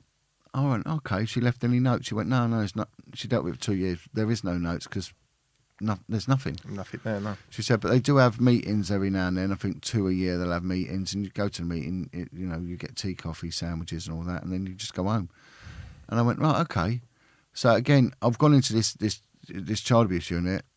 Most of them were mums that wanted to go home for their kids. It was, honestly, it was so typical. It just sounds like it's something that needs to be, you need to be really in it. You have to have it's because it's so complex, isn't it, what they're having to deal with, and it's so emotional. I can imagine trying to see what you've seen, like young kids being abused and things like that. And obviously by the sounds of it, they just wasn't interested. They weren't interested, and it comes down to in plain sight. Yeah. Right, and this is the findings of the government inquiry. And what happened was I got a list from social services that afternoon of all the kids' homes. There was 26 kids' homes. And honestly, I picked up the phone, I rang the first one up, said, how many kids you got? They went, 5. How many are you losing to crime, to prostitution every week? They went, 3. I went, okay, bang. So I found 3 kids straight away. I picked up the next one. But within 10 minutes, I found 10 kids. By the end of this short period of time, a matter of days, I'd found 50 children.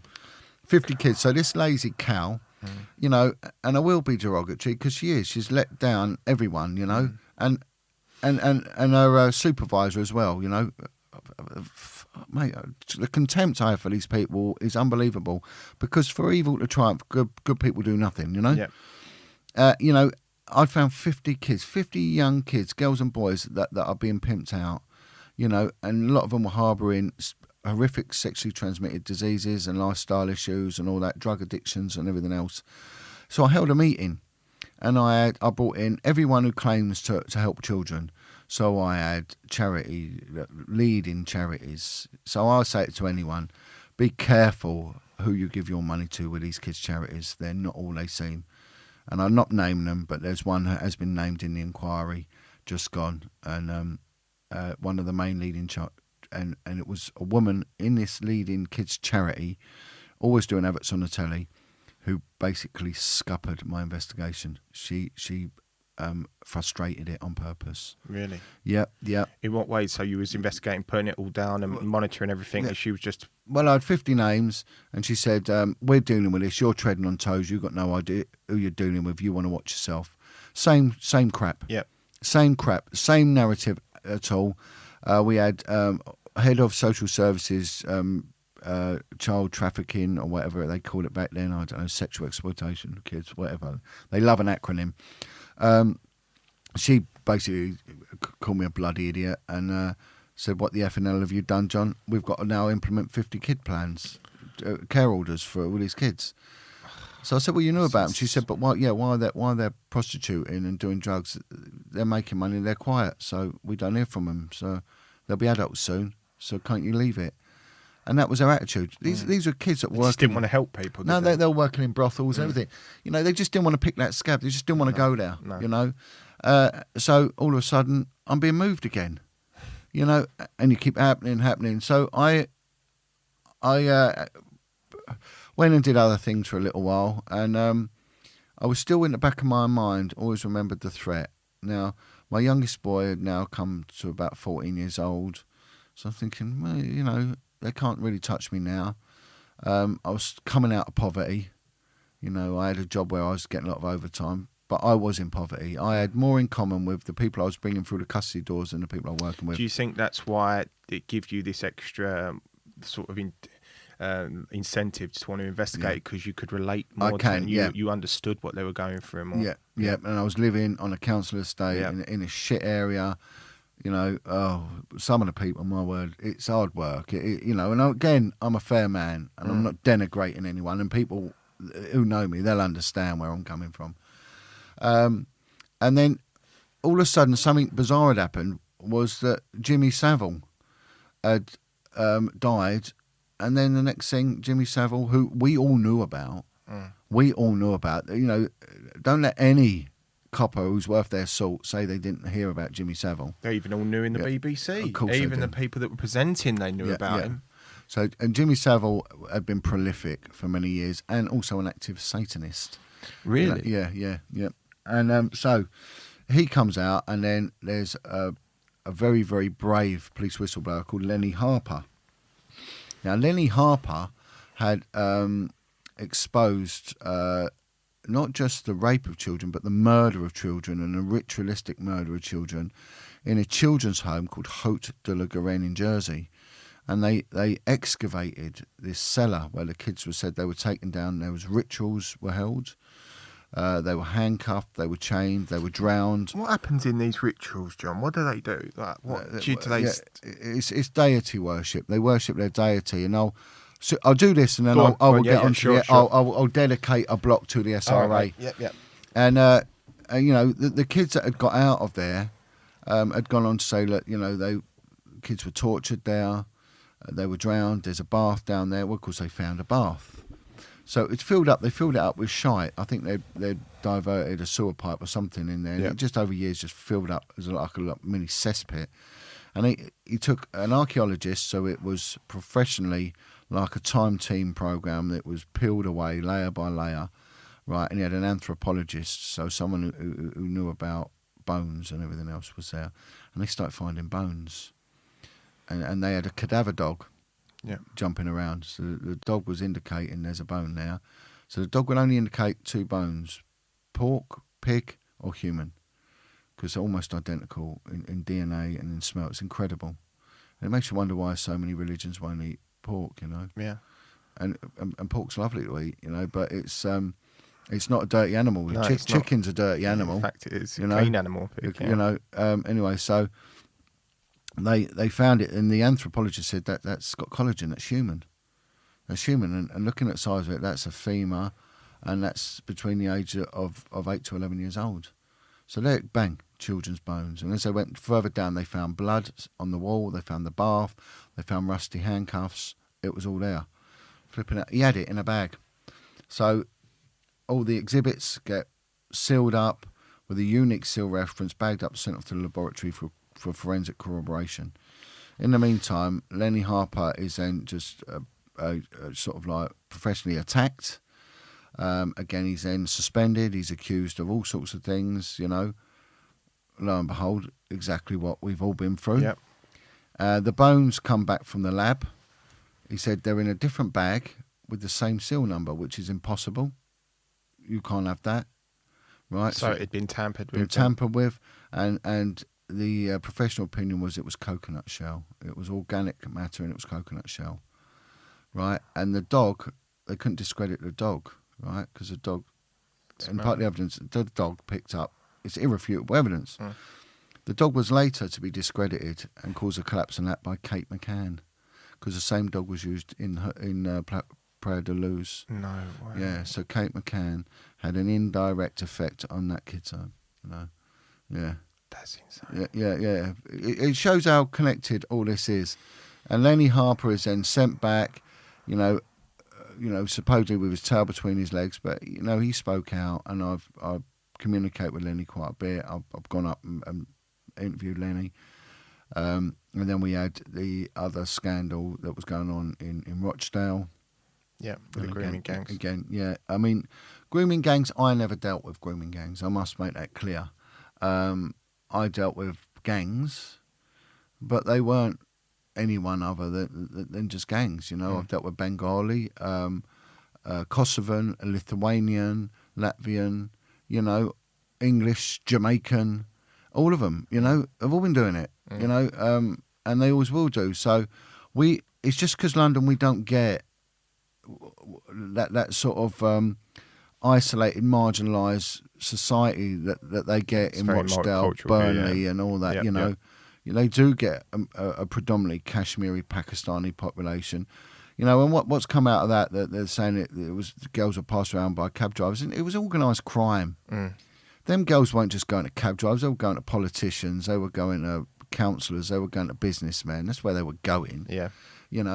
So just to blame it on Kashmiri, flipping, Maybe people in. You mean in Rotherham with the community? Yeah, I mean, it is. It was going on there with that sort of with the Pakistani gangs, yeah. But as you've said, if it's sort of national, it's a global thing, and it's going on. It's everywhere. And these kids were being traded with each other and passed around and going to different people. So the clientele would not have just been cab drivers like they proceed.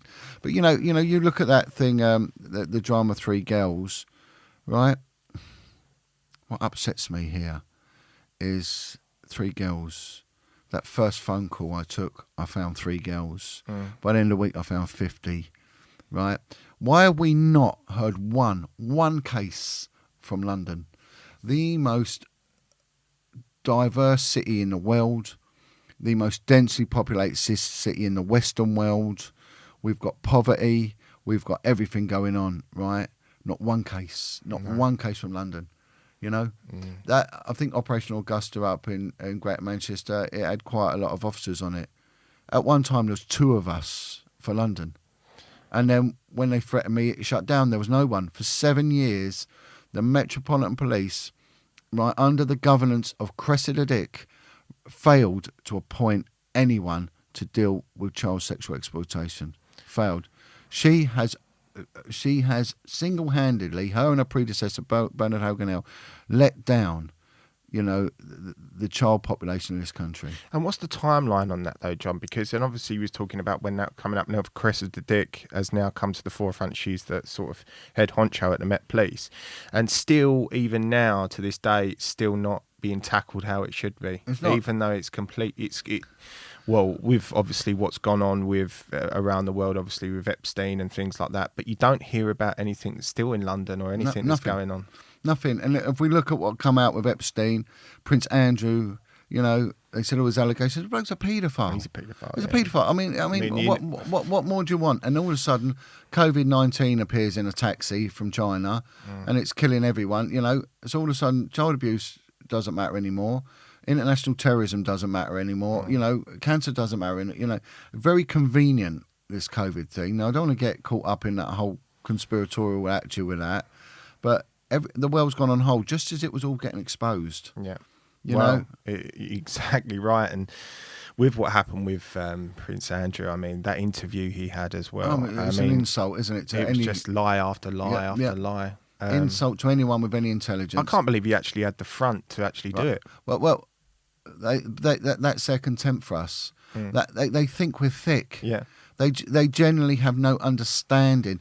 I know royalty protection officers, and the things they've told me, about the royal family, how horrible they are. He is a pig. Charles, they say, is just the weirdest man. I've heard. I can't say anything on there, but the things I've heard about Prince Charles, that man should be doing 30 years minimum in prison. Didn't they say he had some relations with Jimmy Savile as well? Yeah, massively. And he was protecting for 13 years Bishop Peter Ball. Bishop Peter Ball was a horrific child rapist, right? And he was also protected by the Archbishop of Canterbury, George Carey.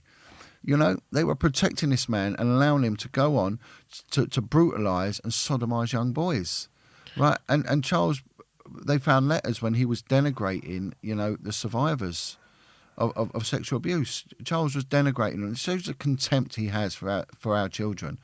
These are disgusting, vile people. I've had groups of ex-military guys get in touch with me.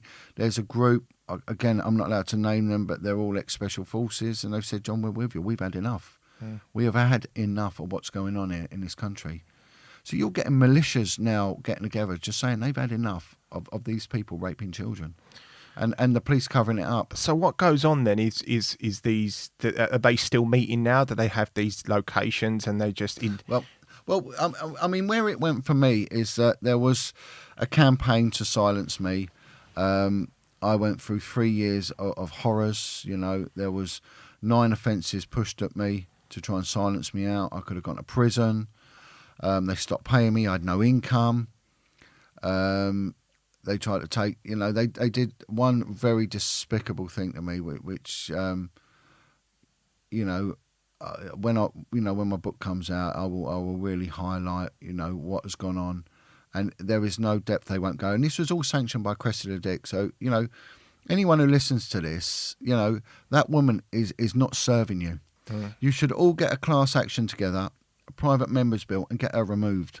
She will do nothing, and I mean nothing, to protect our children from child sexual exploitation. She is a despicable individual, and, you know, hopefully I will see her in civil court. You know, I will see her in civil court because but again, I won't let my emotion drag me too far away from the point here.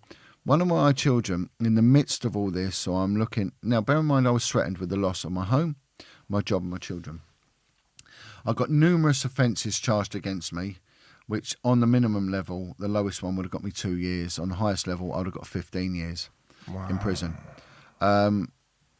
Them cases were all with the Crown Prosecution Service. Can you not say what the case is? Yeah. I had allegations again of data protection violation, numerous ones of them.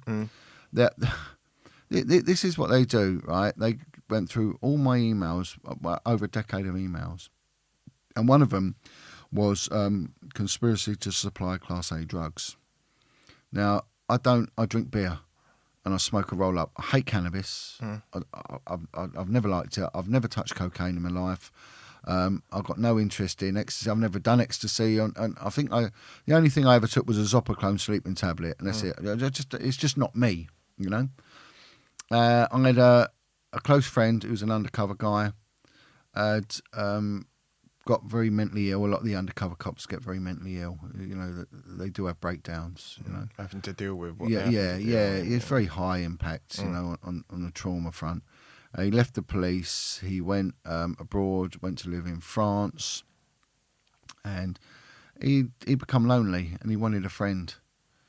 And he'd lost his phone and his mobile. He'd gone into poverty, and as an undercover officer, he used to. His legend, his alter ego, as it were, was as a tramp. He was well known as living as a tramp. Really? Yeah, and he'd actually used to piss his own trousers. He stunk of piss, and he was a very well spoken fella, and he was always well presented.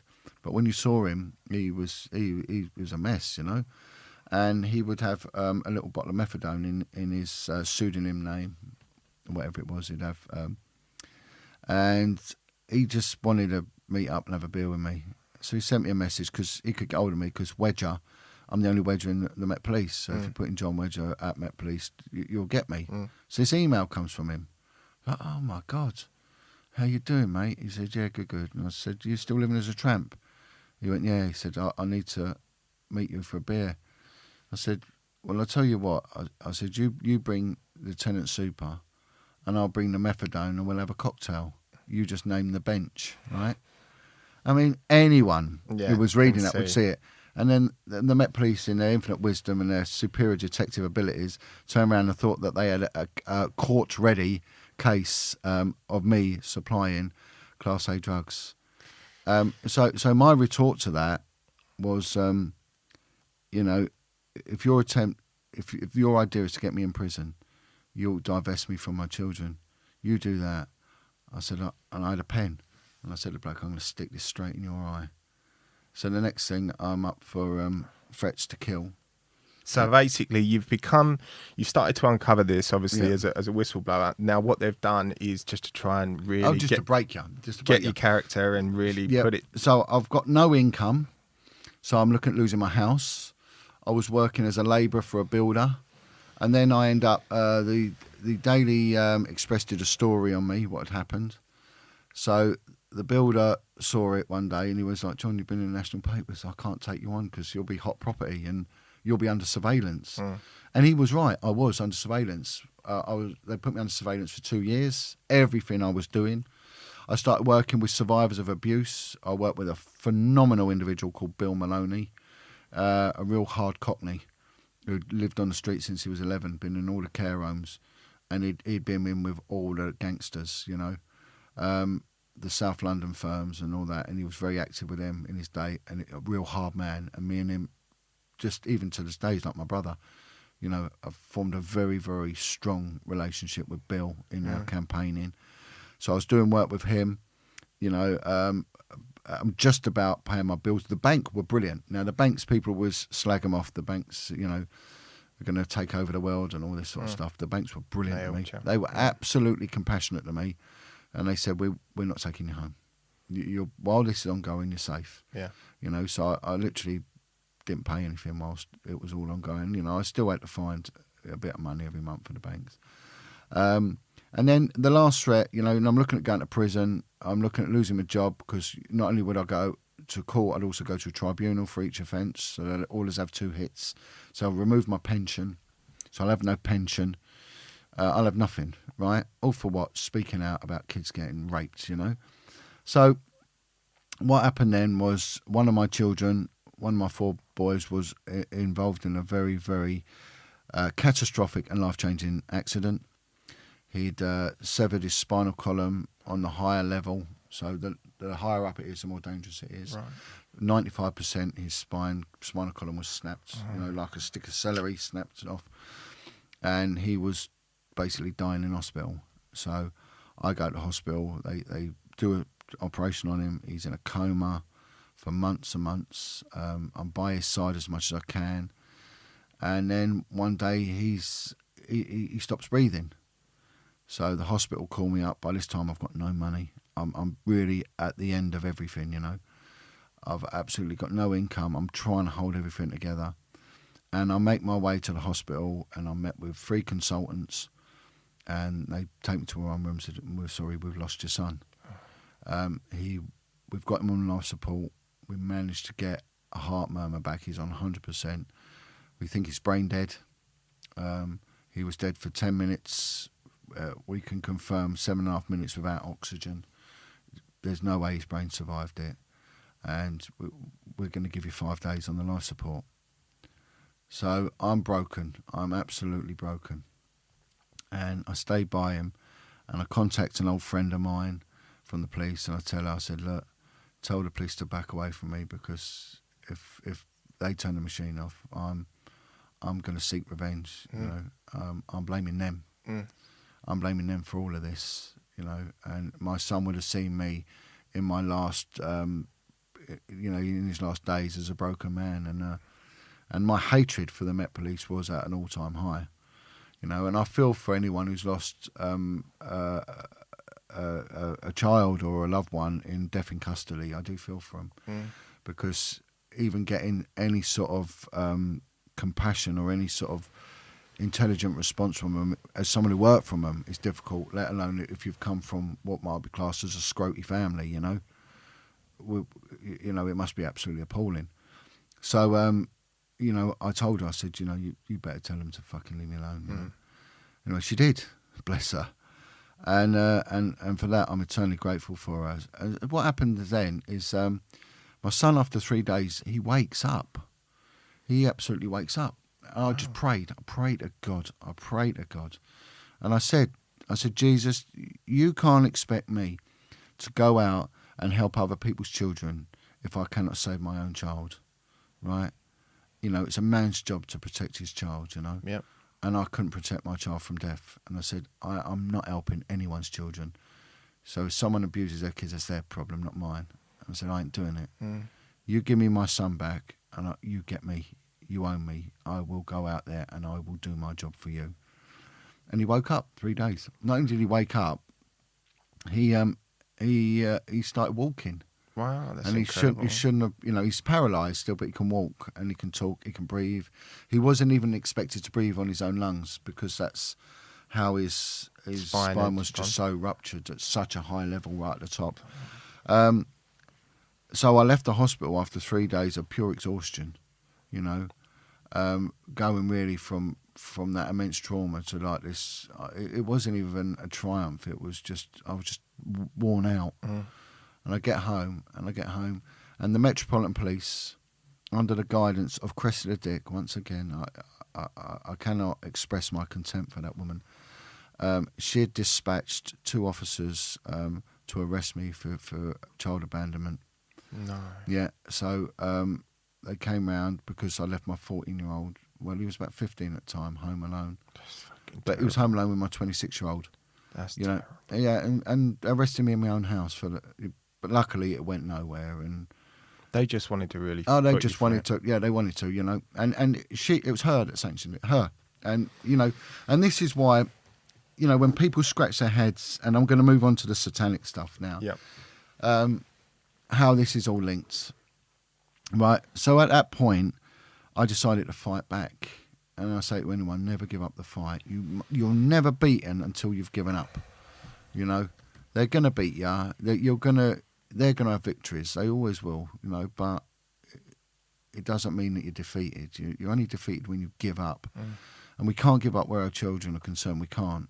We must keep fighting and fighting. 100%. And I say that to survivor groups, just keep going, just always keep going. So I took them back on, and in the end, I managed to secure my pension. There was more horrors came through. The CPS dropped every single case against me. No evidence, boom, dropped them all. Not in the public interest. A whole lot, boom, gone.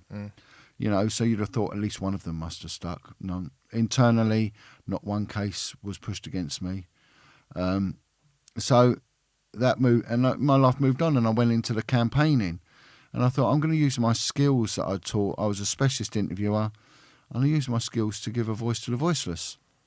So I got my mobile phone. Someone trained me how to use my mobile phone, and I went out and I started speaking to people who've been abused and saying, "Well, what happened? Tell us what happened."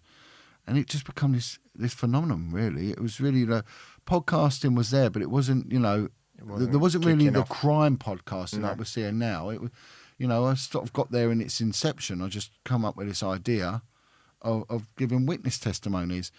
And then one guy who'd been mentioned to me quite a lot, who helps a lot of people, was an ex-gangster called Chris Lambriano, an ex-Cray Twins gangster. I know he's. Is he still with? Oh, he's his brother that's not with us now, yeah. Tony's died, yeah. So we sort of. I made contact with someone who knew him. Chris called me back and said, "Come and see me." So I went down to a rehab centre in Oxfordshire, and I just watched this bloke at work, and he just was full of love. And he's gone to God, and he said, the devil owned me when I was doing crime, and I went to God, and I'm paying back what I did. And I just thought, you could just feel this vibe coming off him. And he then introduced me really to what used to be classed as a criminal community, the old gangsters. And then you start hearing things from their point of view, and the narrative changes, I started speaking with Charlie Richardson's wife, and she started telling me, how he was stitched up because he owned mineral rights to mines. He was an expert in geology. And and almost to a professor level, when he started buying ancient mines and started making them productive. Really? And the British government wanted them, and he wouldn't sell them. So next thing, he ends up getting stitched up. And now, obviously, there is a narrative to why he went to prison. But you're starting hearing these other, and the other thing you started hearing from them was that how many of them had been in the care system. All of them. And then they started coming forward and saying, "Look, I want to talk to you as to my life of crime, but why I was in crime." And so many of them had been abused in the care homes. And then I started looking into the care homes and the care home cover-ups, who was working in these care homes, who was allowed to work in these care homes, what went on in them. And it was a business. And I found out, that from cradle to grave, all children are to make money, And then out of maybe 10 people I'd interview, survivors, one would be very damaged, and you could see that there was this disassociation with them. It was something I was later to find out is called DID, Dissociated Identity Disorder, multiple personality. And the people who had these had been abused in a ritualistic way, satanically abused. And it took some getting used to. And then I was introduced to a guy called Wilfred Wong, who would make a brilliant subject for one of your podcasts, Joe, because he's a former soldier, former barrister, and he's now probably the most experienced demonologist, as it were, expert in satanic ritual abuse in the world. Would be fantastic to get him on. He's an incredible man, a solid guy, and well, he's from Singapore, so he's be a Zoom then. Yeah, no, he lives here. Oh, he lives here now. Okay, he lives here. He's London based, but he's from Singapore. But the bravest man I've ever met. Yeah, absolutely fearless, and he started educating me and just saying, "This is what you're up against, John. It's satanic ritual abuse." And so he started telling me what Satanism is, and it's an inversion of Christianity. So everything that is good for them is bad. And he would say biblical prophecies are coming true, in the days, the end times, what is good is bad and what is bad is good, is which we're basically seeing in society now. We're seeing such an inversion of morals and attitudes and all that. And Very true. And he was saying their idea is to break up the home. And he said, they will infiltrate, Satanists will infiltrate everything. They will get involved with local churches. I spoke to one woman, and she said her and her partner, both Satanists, and she was going out and she was going on the streets of London. She was a prostitute, and she said, I was finding runaway kids. I was taking the runaway kids to sex parties for Satanists, for Satanist groups. And I would identify women involved in prostitution, that they could get pregnant, and then they could pass their babies on for the sacrifices. Oh, God. And she said, the one thing is everyone there has to drink the blood of a baby. She said, is this the adrenaline thing? The adrenochrome, yeah. She said, but it charges you. But she would go on. She said we'd get involved with the church if a church is doing good for the community. Said me and my partner would go there, and we'd just dress like Christians. She said, so I'd start doing like when they had a fete, I'd do with the food. She said I'd defecate in the food and I'd urinate in it and mix it all in. And she said I would, every man that worked in that church, she said I would try and do something sexual to him, and I'd get him to basically get me pregnant or have sex with me, and then I'd accuse men of raping me, get the police involved. I'd break up marriages. And she said, and my partner, he would play the guitar, so he would play the guitar in the church and all that. And she said, but he was a good accountant, so he would offer to do the books, and he would filter the money or steal the money, and so it would bankrupt them. And she said, and if we were ever given the keys to do the cleaning, we would urinate on the altar. We would, and she said, and then we'd move on to the next one. And that's how they work. That's her job, yeah. And she said, that was my job. That's what I did for the coven. And she said they will infiltrate everything, and they're liars and they're deceptive. But and this is what they don't want anyone getting. She said, and there's police officers that are involved in the rituals. And these people, are they meeting, and then they have these rituals? Do they always end up sacrificing kids? Yeah, right. So I'll get onto that. Yeah. So another lady called Carolyn Bramhall gets in touch, and she's a therapist, and she's a victim of satanic abuse herself. And she said, look, you need to know what you're dealing with. They murder children, these people. It's a must that they murder children. They torture children, and at the very least they have sex with children. And the Holy Ghost, the wafer, is made out of feces, semen, menstrual blood, and urine, and it's baked into this. So when they eat that, it's an inversion. Really? Yeah. And she said the people you're dealing with will have multiple personalities. And she said that they have to fracture because the child is tortured. So they will drown the child. So the child will have an altar that will deal with being underwater. So it'll be called a nickname like Fishy or something like that. Or they'll be Sparky because they'll electrocute the child, right? So Sparky can deal with the electricity. And there'll be other ones. She said, I've got one called Panda. And I said, Panda? Well, why Panda? She said, because Panda's a big man and he's a doorman, so he wears white and black. So, and Panda's 7 foot tall. And Panda can punch anyone with his left hand and break their jaw. And she said, so when, I was in a domestic violence situation, she said, Panda came forward who's an altar, one of her altars, and Panda just picked this man up and threw him over and broke his jaw with her left hand.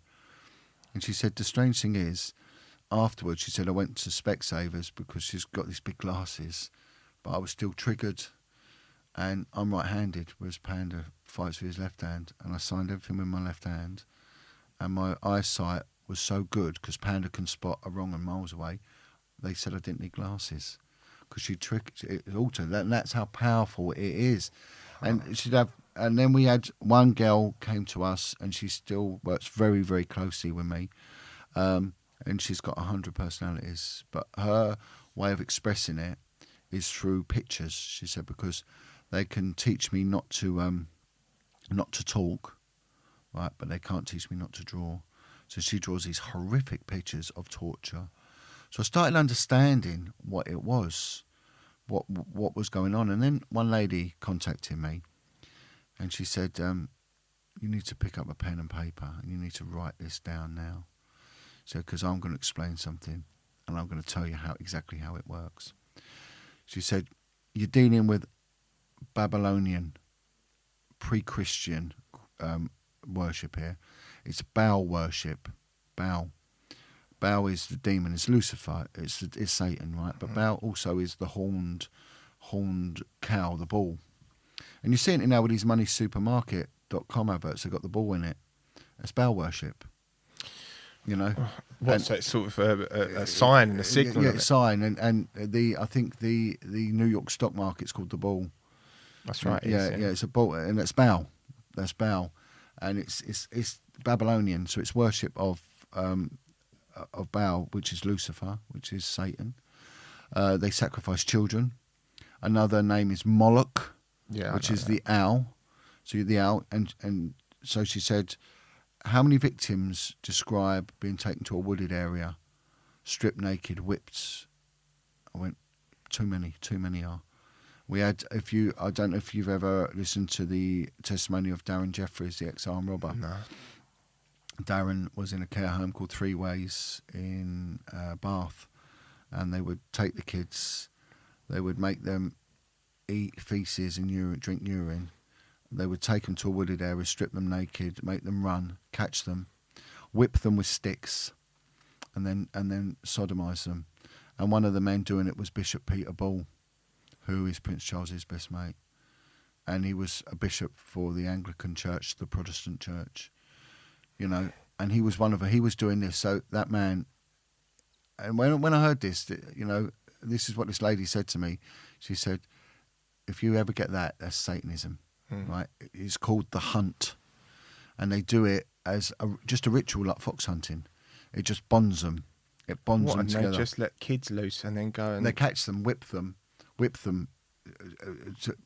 to pieces, and then they lay them out and sodomise them. You know, and one of them was Bishop Peter Ball. Bishop Peter Ball. This man was one of the bishops in the Anglican Church, and was protected by Prince Charles. So this is how deep this goes. Yeah. So you'll get that. And then sex with children is important to them. They enjoy the fear that the kid goes through. They enjoy having sex with a child, you know. I was talking to one girl, and she said she'd be laid out and she would be raped by men. And I said, well, where was your mother? She said, well, she was sitting there laughing, masturbating, you know. This is just and the mother will prepare the child. The mother. One girl told me how they made a special cage that they put her in, and they would put her in this cage, and this was in near some studios, some well-known studios.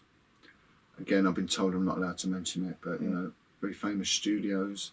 Be one of two, I imagine. Yeah. And she said they would all be round. A mother, a father, masturbating while she, as a 6-year-old girl, was raped by a dog. And then the dog would be sacrificed, screaming dog, and you know. And she said, but the main thing is what they want is the blood of the baby, right? So the babies would come from their own children. They would get pregnant. I've spoken to numerous women that have had numerous children, and they've been taken away. You know, prostitutes would give up their children, to it. Runaway children would be used. Tramps would be used for sacrifice, but babies. One lady said to me, "I've killed 5 children, John. 5 children. I had to kill them one in a row, and that was at a well-known location." And this is in front of people for people, sacrifice. The blood would then be caught and everyone drinking. And this is happening in... Yeah, in the UK, and the one thing they always say is, with the hunt, the one thing that's consistent, were very well-spoken white men. So who are these people, We've heard of Ted Heath being involved, Leon Britton being involved. Cyril Smith was very brutal to kids. So we're hearing these people, they're all known about. One lady tells me of when, as a 5-year-old child, they got like gaffer tape and they put like a letter opener in her hand and made her stab a newborn baby in the vagina till it died. And she said another child, a young boy, was a runaway, and they cut this young boy down his torso, and while his heart was beating, they made her bite it till it stopped. This is a woman telling me. She's telling me this, and on top of that, she would have been multiple rapes, made to eat feces, made to have oral sex with animals, with dogs, And we're not on top. It's just going to forever go on, and we're not going to be able to get on top of this because of the people involved. Yeah, because it's all shut up. I mean, and it's a conspiracy of science because there's no spectators. There's one guy, he's an ex-copper, and he claims to have turned up at a ritual and observed it. Well, he's a liar. I'm not going to name him. I've got total contempt for this individual. And he's tended to try and infiltrate his way into survivor groups, and this is what they do. You're not going to turn up, I've got blokes on standby. I've got ex-SAS, ex-SBS guys that are saying if the police aren't doing nothing, we have got a militia. We will go in there, John, and we will put an end to this. You just tell us where it is. We will put an end to it now. And they're prepared to go in full measures, We've been telling the police, telling them, please, please, please talk to us. We'll give you information. We've got information. We will get... They don't want to know. No. It's never covered in the mainstream. They don't want to hear it. Never.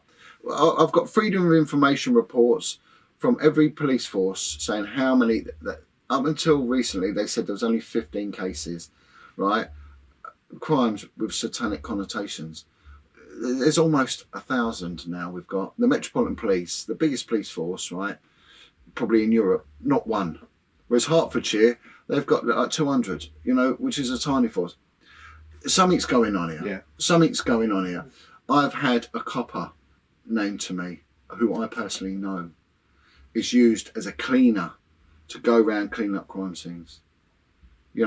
I've given this information to the IOPC, the Independent Office of Police Complaints. No response. Right? There is a former senior officer on the Vice Unit, when I was on a Vice Unit, has been listed on a public document as being an active Satanist, a member of a Satanist group in the New Forest. I've written to the IOPCC about that, and they've told me we're not going to respond to any of your letters, Jon Wedger. Right?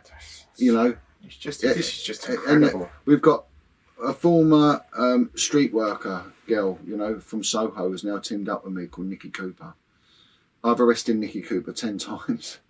She's working with me. She said, John, there used to be an inspector at West End Central Police Station, an inspector, which ties in with my time on Vice, was offering the street girls 500 quid a time to hand a runaway boy or girl over. This is where these kids are ending up. Ian Brady and Moira Henley weren't killing kids for their own gratification. They were part of a satanic cult. Fred and Rose West were Satanists. They were linked in, and it's like this. Obviously, you've got Epstein now, and that's come to the forefront. Obviously, with Andrew and everything like that. But this seems like it's a global thing. It's global, and that's Satanism, because he's got a maze. They say there's always a labyrinth. There's always a ritual, right? So, what you've got in the structure of this, at the bottom you've got spotters. They will go out and they will identify weaknesses in communities, right? So they will prey. This is what I say to so-called men. If you leave your child for selfish reasons, you're not a man, because you're weakening your family. And these spotters are in every swathe of society, and they will look for these single parent families, the kids' homes, the kids that's always out in the street. They find it, right? Now, the kids are either going to be groomed into it, or they're going to be abducted and they'll die. The groomed kids won't die because they're needed, because they'll be adverse in giving out blowjobs, taking oral sex, anal sex. You know, they're indoctrinated. There'll be time invested in these kids to pleasure in adults and animals, you know.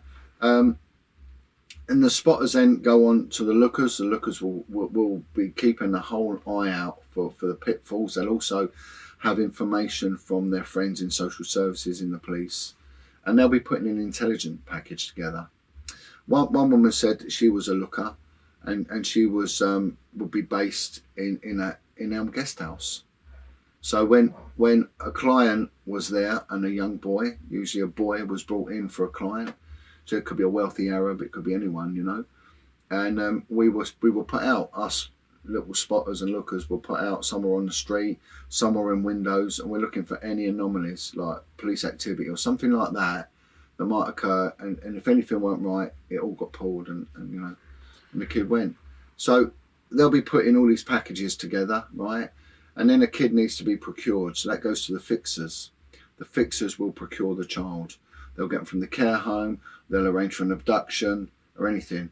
One of the main fixers, there's 3 levels of fixers, right? 1, 2 and 3. One of the main ones was a bloke called James Saville. Jimmy Saville. Jim will fix it. They're taking the piss. They're taking the piss. You know, incredible. I've heard of a well-known, again, I can't say anything, a well-known singer who claims he's innocent, and I can't say any more than that, but he was involved, you know. And with the Elm House, I remember doing loads of research into that and how that got swept under the mat. And didn't the lady that run the house, she ended up dead? Yeah, and not only did she end up dead, the care home where they were procuring the children for, they took her children into care and stuck them in that care home, knowing damn well that they would be getting raped. That's what they did to her, right? Now the fixers then lead way to the cleaners. The cleaners will make sure that it's forensically sterile, right? There's nothing. I've been told of a police officer, right, who I know, I've passed the information on again to the police complaints. They've done nothing about it, right? This guy is a cleaner. He will go out there and make sure that the crime scene is cleansed. It's not frustrated. We've had one woman would say that her abuse went on in a British Legion club in Buckinghamshire. So if we look at this, she was raped ritualistically. They would hold a satanic ritual in this British Legion club in Buckinghamshire. Right, children, babies were killed in there for the bloodletting. Right, this was all going on. Right, so in order for that to happen, you need to make sure that venue is made available. You've got to make sure that whoever is a caretaker isn't going to turn up, you know, and say, well, why is the lights on? Why is there cars in the car park? If you look at all the sophisticated, the contingency that goes in, you're going to block off a residential street with their cars. So how are they going to get there, right? What about a central station alarm, a motion alarm? That's going to have to be disabled. So this is what the cleaner's job will be. And they will have connections with the police and the police national computer, so it doesn't get brought up that there's bizarre activity.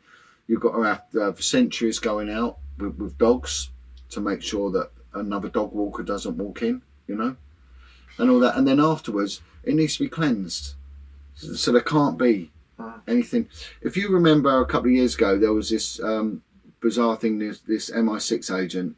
He was a gay guy. He was found in a suitcase, right? I remember, yeah. Right, now, he was found in a suitcase. Now, this is information I got from the inside, that crime scene, they couldn't, it's just impossible. I mean, it just defies belief that they even come up with that narrative. Whoever come up with that narrative needs shooting. And it didn't happen the way it did. Well, how could it? No. It's just bollocks, isn't it? Apparently they tried to do it, didn't they? And they couldn't do it, right? Couldn't get me, you know, said it was some sort of gay thing he was doing, right? Right, but the crime scene was totally sterile. this guy said to me, John, there wasn't even footprints. They have a thing called an ESDA machine they put over. But he said, there's no footprints.